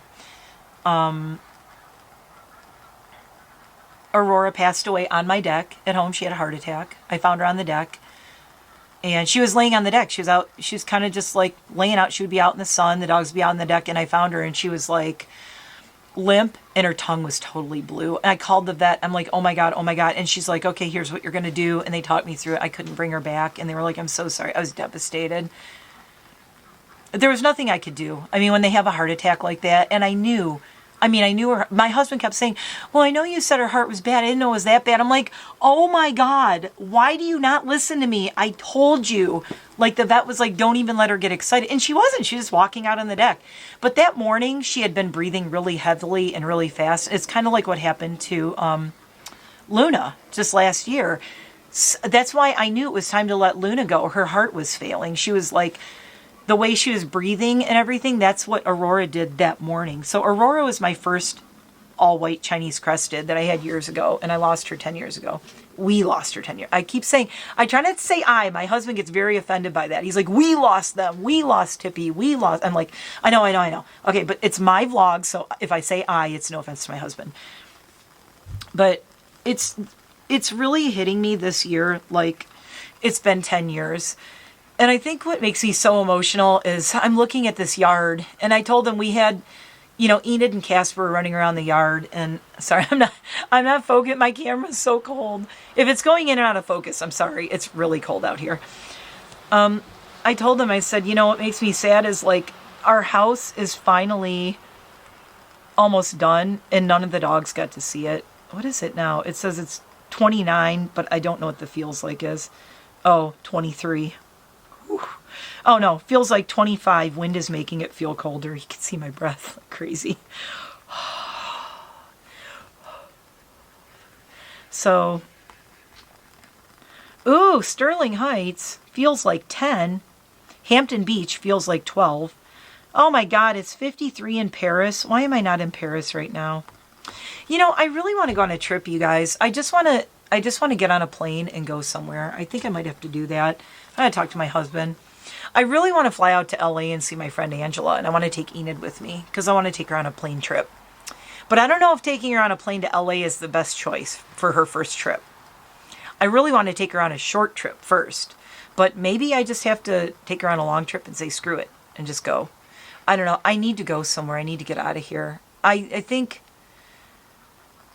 and it's no offense to my husband, I need to go somewhere alone.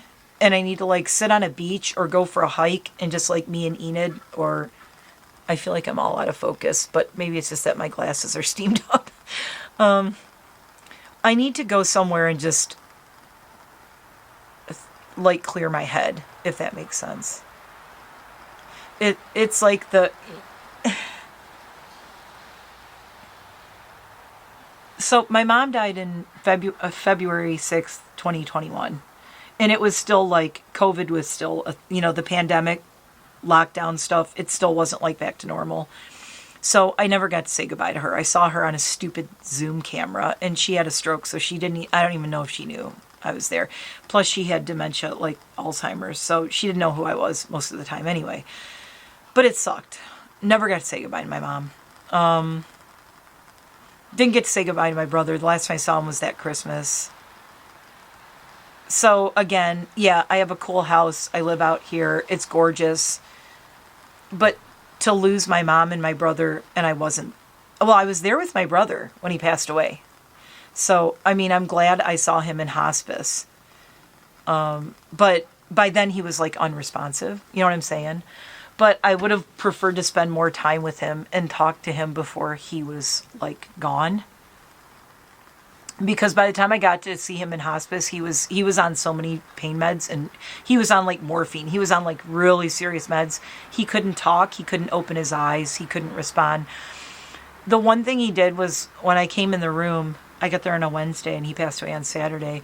I came in the room and his wife was there and I said, "Oh my God, I'm here. You waited for me." And he went, I have to take my glass. He went like this. And he kind of scrunched his eyebrows together and raised his eyebrows and made like a little tiny noise. He made like a little noise. And Chris just almost started bawling her eyes out. She goes, she goes, "He has not moved or made a sound until now, until you walked in." And I was like, oh my God. So he knew I was there. So, that's something. And I got to sleep in the bed next to my brother on Thursday night, the following night, because Chris was like, "I'm going home, but I don't ever want him to be alone." But she was like, obviously, as the wife watching her 57-year-old husband in hospice, which is not fair.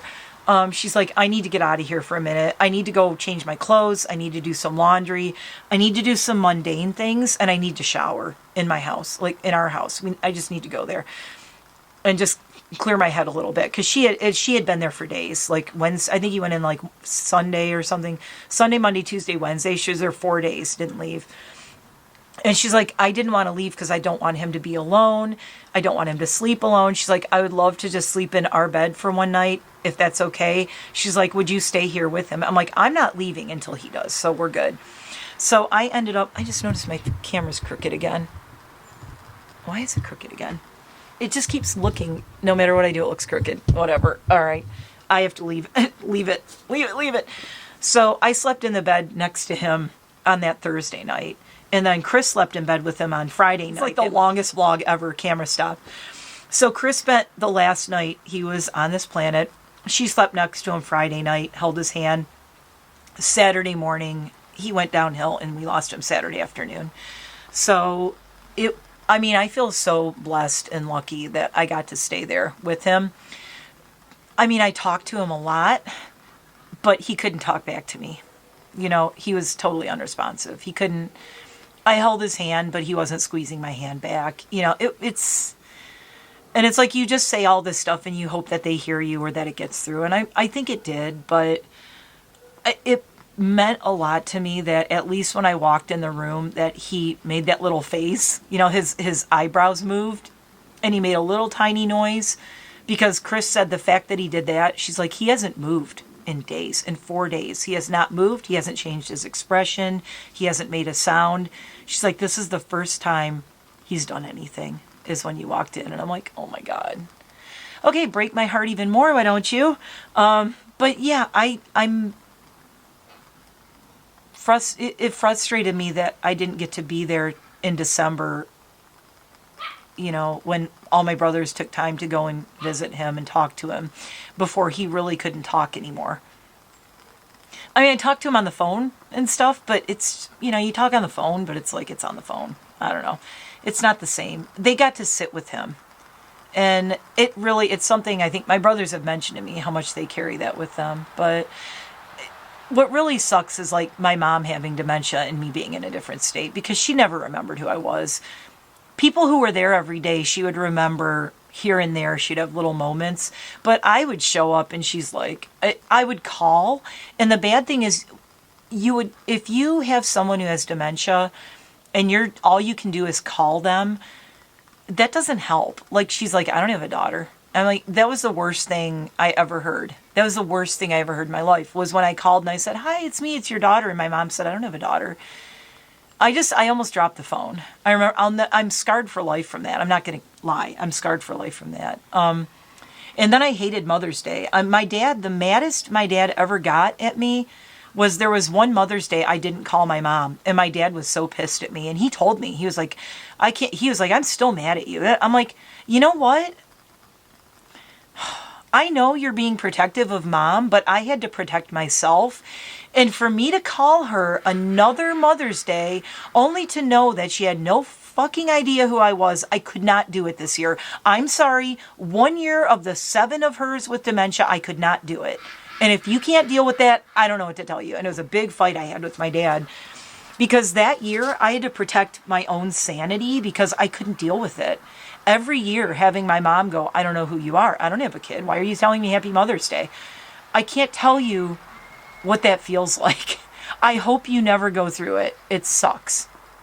I hated it. And to this day, I'm still, my dad was so mad at me. That was another thing I did talk to him about that in the past. We kind of like smoothed that out. And after she passed away, I said, Dad, do you not understand? Like, I know you were trying to be protective and help her, but do you not understand how much that like stabbed me in the heart, like killed me? To have all my friends, and especially when you're on social media and all you see is, Happy Mother's Day, I love my mom, here's my mom and I at brunch, here's me and my mom, and I called my mom today, sent my mom flowers. I'm like, great. I called my mom, she said I don't have a daughter. Fuck y'all and your Mother's Day. I was, oh my God, so mad at Mother's Day. My birthday is also hard for me because not only was it the day of my brother's funeral, 13 years ago this Friday, my mom had a joke every birthday. My mom would always say happy birthday to us. And she would get me a cake and she would get herself, my mom would get herself something. She would get herself a cookie or a cupcake, or she would get us, she goes, we have to go get our cake. Everything was our everything. On my birthday, it's like, it's not your birthday, it's our birthday. And my mom like drilled that into me. It's our birthday today. She goes, because you wouldn't be here without me. I did all the work. It's our birthday. We're celebrating our birthday. So it's just really cute. It was really funny.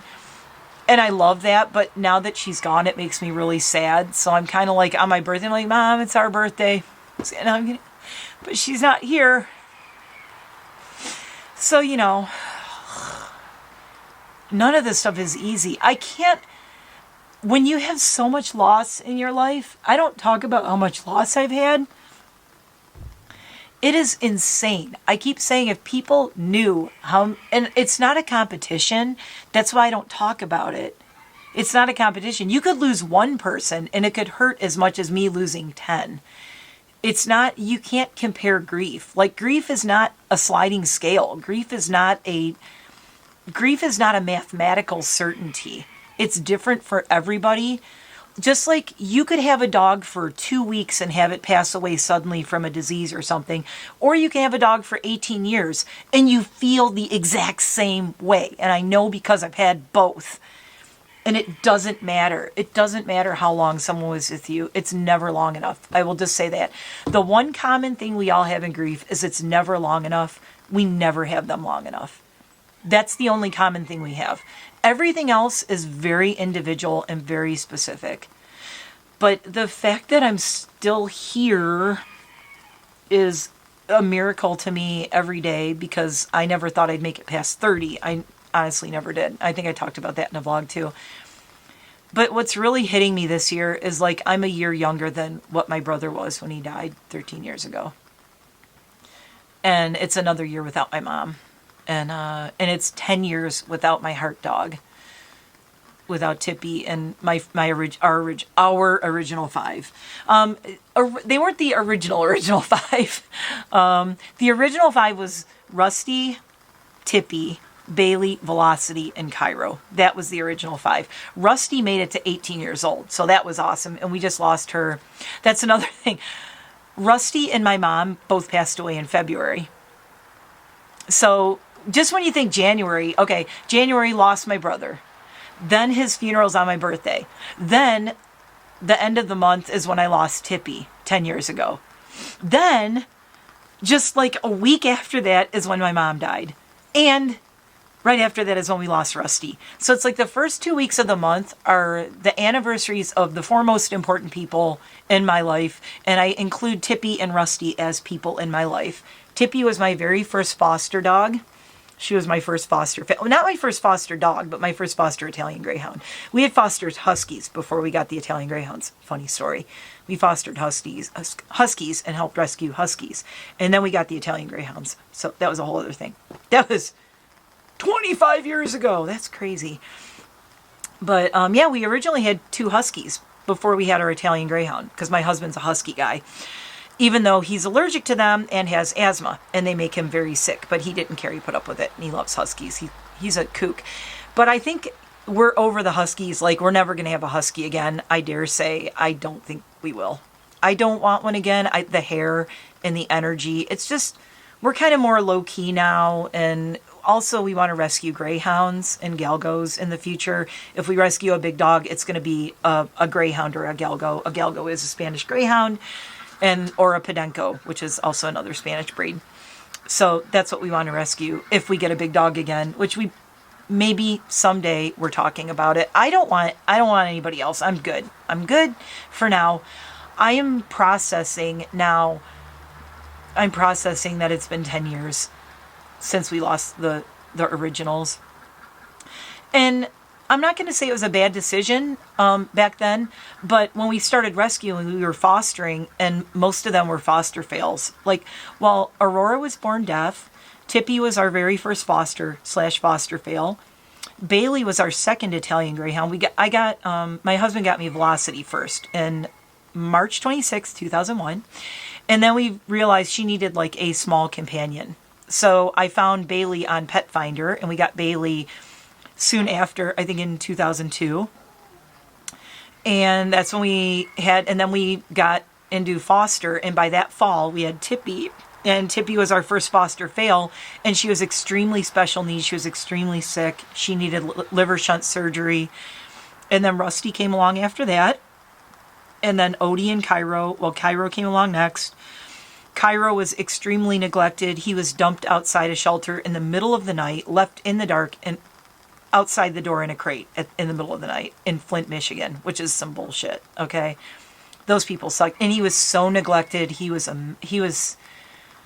I found his original pictures. I held him up at the vet, and his whole stomach and chest were all urine stained. And his skin was burned from how much urine he had laid in of his own. And his nails were like insanely long. His teeth were rotted. He was so sickly, you guys. And I brought him back, and he lived to be almost 18, we think. Half of his tail was missing. We don't know what happened there. We think he was hit by a car at some point. He had broken ribs. He had a big scar on his head. I'm pretty sure he was hit by a car at some point in his life from what it looked like his previous injuries were. He was extremely neglected, and he's the one who's tattooed on my chest right here, and his nickname was Sweet Boy. He was the sweetest dog. The dog didn't have a bad bone in his body, and I always said that the people who left him there are the trash of humanity. I mean, at least they didn't kill him. I'll give them that. They left him at a shelter, but what cowards to leave him in that condition at that shelter in the middle of the night, alone in the dark, and leave him out there. And when I saw him and he saw me, I picked him up to foster him, and he stood up on his back legs and looked up in my truck, and he was all these cars were driving by, but he saw me and I saw him. I was meeting the person who pulled him from the shelter. She pulled him from the shelter, and I went to get him to take him home to foster. And it's the only time I ever have an Italian Greyhound that smelled so bad that I had to drive home with the window cracked open. He reeked of like stale pee. And oh my God, he smelled so bad. And he was just looking at me through the bars. I'm like, buddy, you're going to have such a good life now. He had a great life with us, and I adored him. He passed away in the armchair that my brother spent his last Thanksgiving laying in. After my mom and dad got rid of that chair, I said, I want that chair. Now my niece Mads has it. We're passing it through the family because it was Grandma and Uncle Walt's chair, so Mads has it now. My mom always sat in that chair, and that was the chair that my brother spent his last Thanksgiving sitting in. So that chair stayed in the family, the armchair. It's like a lazy boy kind of thing. I had it in my guest room, and I was holding Cairo, and that's where he passed away, was in my arms in that chair in my guest room 10 years ago. And it'll be in July, though. So, yeah. But it's crazy that, that 10 years ago this year, I just think, I know every month it's going to hit me. Like, the first one's going to be Tippy. And my husband and I talked about it on Saturday. I said, it feels like yesterday we were laying in our bed, and Tippy was laying between us. She was on the bed between us, and she was just fading. Tippy died so peacefully, you guys. She just, faded away. She took one last one, she went, and she was gone. She just passed away, super, super peacefully, and she was right between us the whole time. I mean, it was really beautiful to have her go that way, but it was devastating at the same time. But it was that's the way, I'm so glad we were there. The other dogs were there. She was surrounded by love. She was in our bedroom laying right between Mom and Dad with her favorite blanket. It was everything. But that'll be later this month. And then it's like, then after that, it's like, then I lost Aurora, and then I lost Bailey, and then I lost, you know, Cairo, and then I lost, and Velocity was really hard. Velocity had cancer, and Bailey had a stroke. It was Bailey's like second stroke though. So he had one, and then he had a really hard time. Then he had the second one. He didn't make it. Enid's out here in the snow going, cold feet, cold feet, cold feet. Cold feet, cold feet, cold feet. Enid, you need to come see Mom because we need to end on a happier note because it's sad. Come here, baby. Baby. Come here. Oh my God, it's so cold. Okay, I'm not. Oh. And now she got snow on her face. She's got snow on her nose. Oh no. Oh no, it's so cold. Oh no. Okay, go back in. Go on, baby. Go on, baby. That's who's going to get me through this year, right? Are you eating snow? You're naked. I know. It's very cold. She goes, Mama, come in now. All right. So this vlog is like 5 hours long. What a journey. I'm feeling a little bit better. I'm going to go try to get some things done. What time is it? It's like the middle of the day. Oh my God, Lordy. I got to go try to get some things done. But yeah, so I'm going to keep doing stuff. I'm going to keep doing content.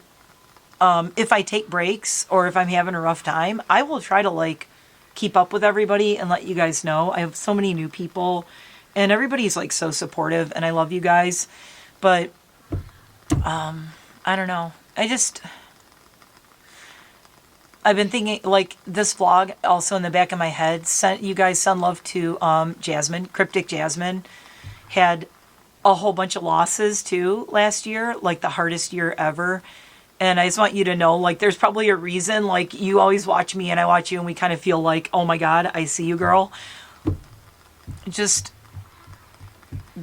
I'm guessing that Jasmine's probably been crying through most of this vlog and I'm going to cry again.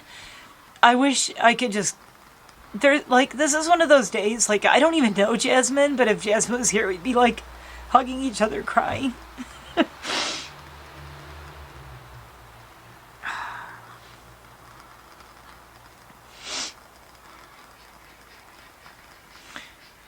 I mean, it's so weird because, you know, I watch her videos and she lost a lot of family members recently, like last year, and like a lot of bad things happened. And it's so weird because I think about like my brother being gone this long. But I will tell you what I don't like is people going, oh, it gets easier. No, it doesn't get easier, guys. It doesn't. Peter Mon always says, nobody talks about grief enough. You know what I'll tell you? It doesn't get easier. Look at me. I'm a freaking mess. It's been 10 years since I lost those 5 dogs all in 1 year. It was the worst year of my life. Then 2016 was really horrible. And it was the end of 2016 where I started finally like trying to get some of myself back. But when I lost those dogs and I lost my brother and so many other things happened too. Like so many really difficult things happened. In 2013 to 2015 was just like the worst years of my life. 2016 was really, really terrible. 2016 started out the worst because it was the 1 year anniversary of losing Tippy, and going into like New Year's Day of 2016, New Year's Eve 2015 to 2016. I had the biggest nervous breakdown in my life. I had literally like a psychotic break. I will never forget it.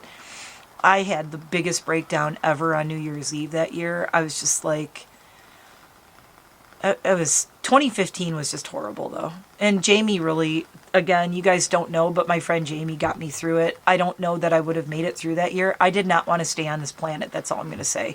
I didn't do anything to actively get rid of myself, if that makes sense, but I did not want to be here. I just kept telling him if I didn't wake up tomorrow morning, it wouldn't be the worst thing to happen. That's what I would say to him. He would call me almost every morning and say, are you okay? He would call me on the way to work every morning and go, how are you today? And I go, I'm the same. And I go, I'm terrible because I woke up. That's how bad I was. I mean, it was bad.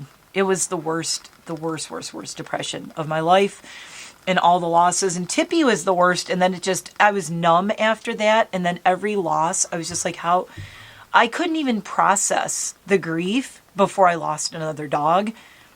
And then I spent 2016 just going, what is my life? Like And then the end of 2016 was when I started walking and then running. And then 2017 and 2018, I became a runner. And I realized, like, I'm still here. I can still do things. And that's when I went into yoga teacher training, and I got into Master Gardener program, and I started doing things. And then when the pandemic hit, I lost all that again. And now maybe it makes more sense, where my doctor at the end of 2020 said, you lost all your coping mechanisms. You went through all that loss. My doctor was also kind of like my therapist, you know. You had all these losses that were just horrendous. And then you're trying to heal from them, and you're moving on with your life and trying to heal. And then all that got taken away from you. So then all of that loss again came up in 2020. Everything of, you know, I went, oh my God, it's the 5-year anniversary of losing Tippy. And I can't do anything. I can't run races. I can't teach yoga. I can't do, and I just went nuts. And then, I really fell apart in 2020 and I just went downhill from there. And then that was the year too. My mom, you know, got really sick, and Rusty wasn't doing well. We lost my mom, and then we lost Rusty, or we lost Rusty got sick. We lost Rusty not that like the year after, and then we lost Trudy, and now we lost Dude, and we lost Luna last year. And I'm just like,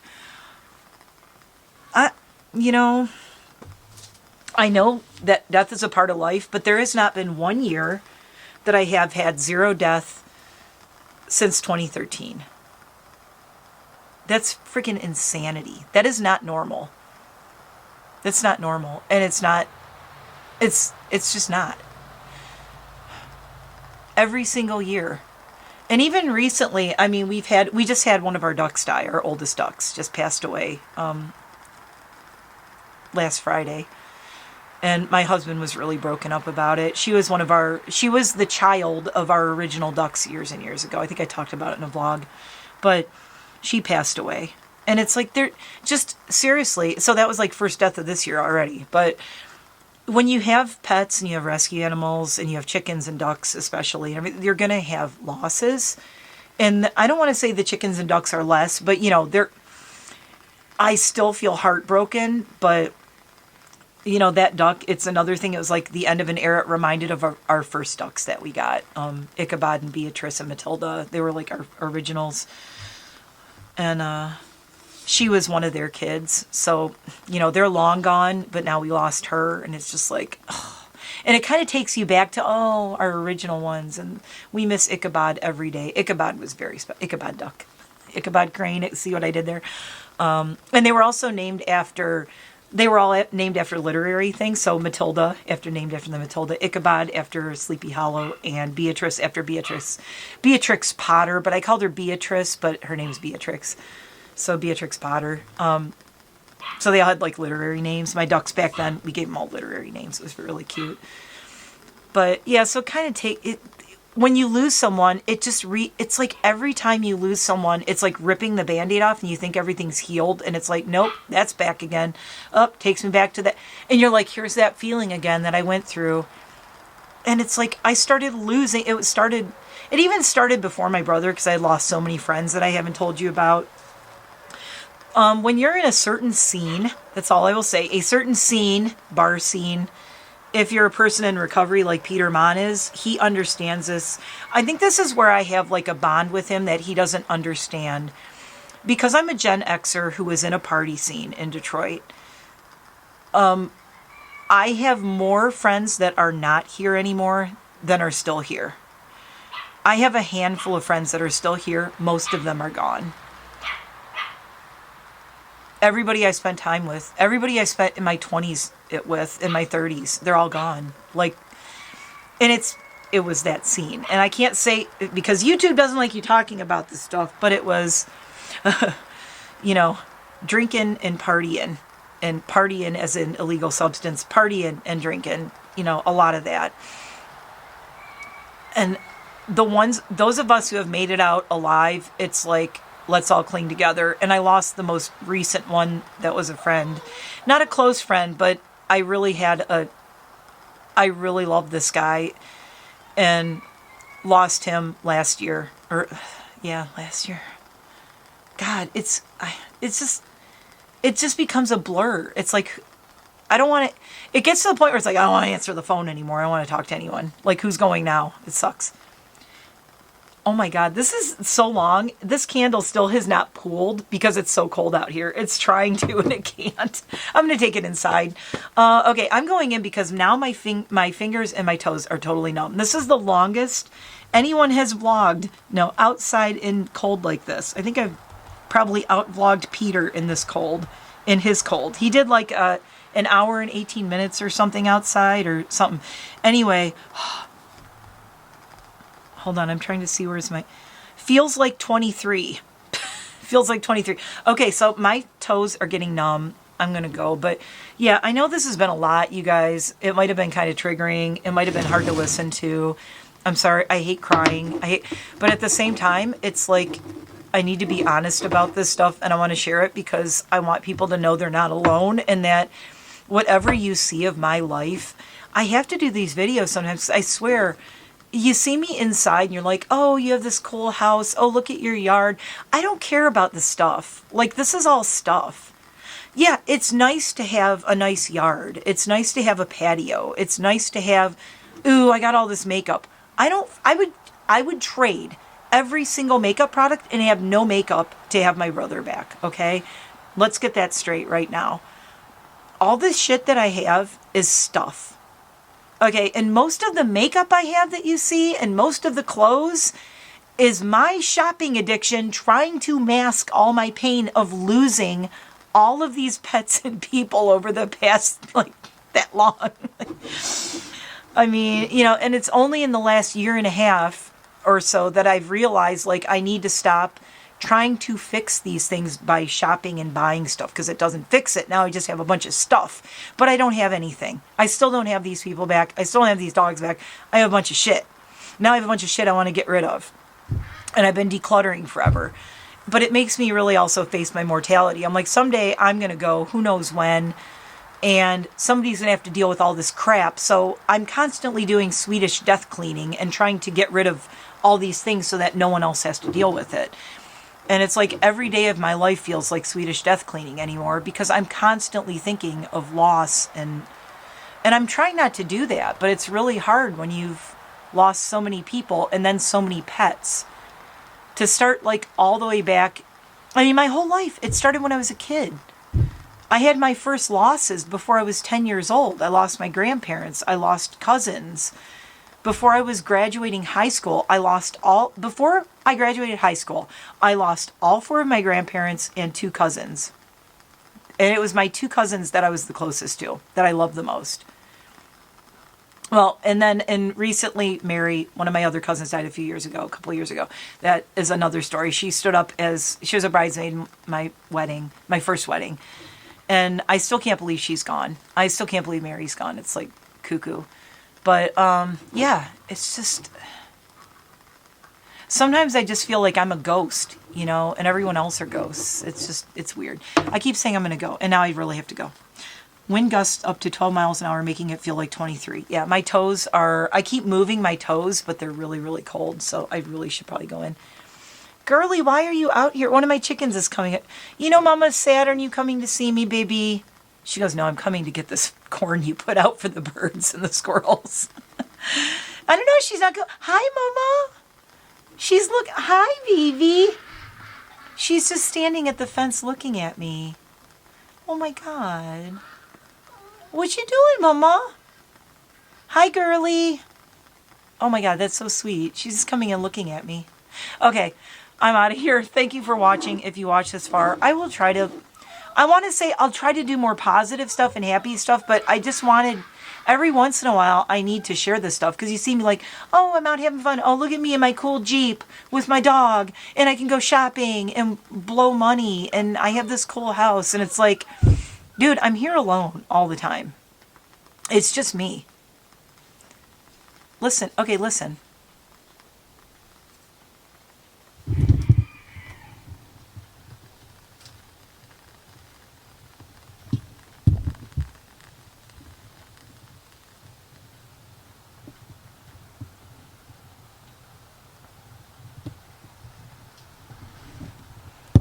Other than my dogs, my 4 dogs that are left, this is my day. all day, every day. My husband's home a couple of hours. I see him before he falls asleep. That's it. This is it. It's a beautiful life. I appreciate this. Believe me. I'm grateful. But I'm kind of like, people are like, well, why don't you go out and see people? It's like, well, I don't want to. I mean, for one thing, I'm still constantly, I'm processing grief since 2013. That I never get a chance to even recover before I lose someone else. I should be studied by psychiatrists for what grief, like what losing, if I made a list, I might need to do that just to process it myself. I think I should make a list of everyone I've lost. And I'm not doing it to be sad. I'm doing it to like process each one and remember them. And it's not, and I don't want to make it in a sad way. I want to do it like I want to write their names down. I want to remember each one and have a memory of each one. And maybe that way I can kind of let it go. Then what if I like make a little fire and put the list in it and release that? Something like that. I don't know. I guess you'll have to stay tuned. I might do that. Anyway, I love you guys. I really love you if you've listened this long. Thank you so much. And I don't want to say I feel so much better. I feel a little bit better. But it's going to be a rough 2 months. But I'm going to keep going. I'm going to keep moving forward because that's all we can do. So thanks for watching. I will see you hopefully with something happy tomorrow. I want to do an Enid haul. Let's do an Enid haul next because that makes me happy. And I love my baby. When I tell you Enid is my savior, and I can't put into words how much this dog is saving me and keeping me going. She showed up when she did now, 10 years before this anniversary and everything. Now maybe you get it too, more, what she means to me. Okay, I'll see you in the next one.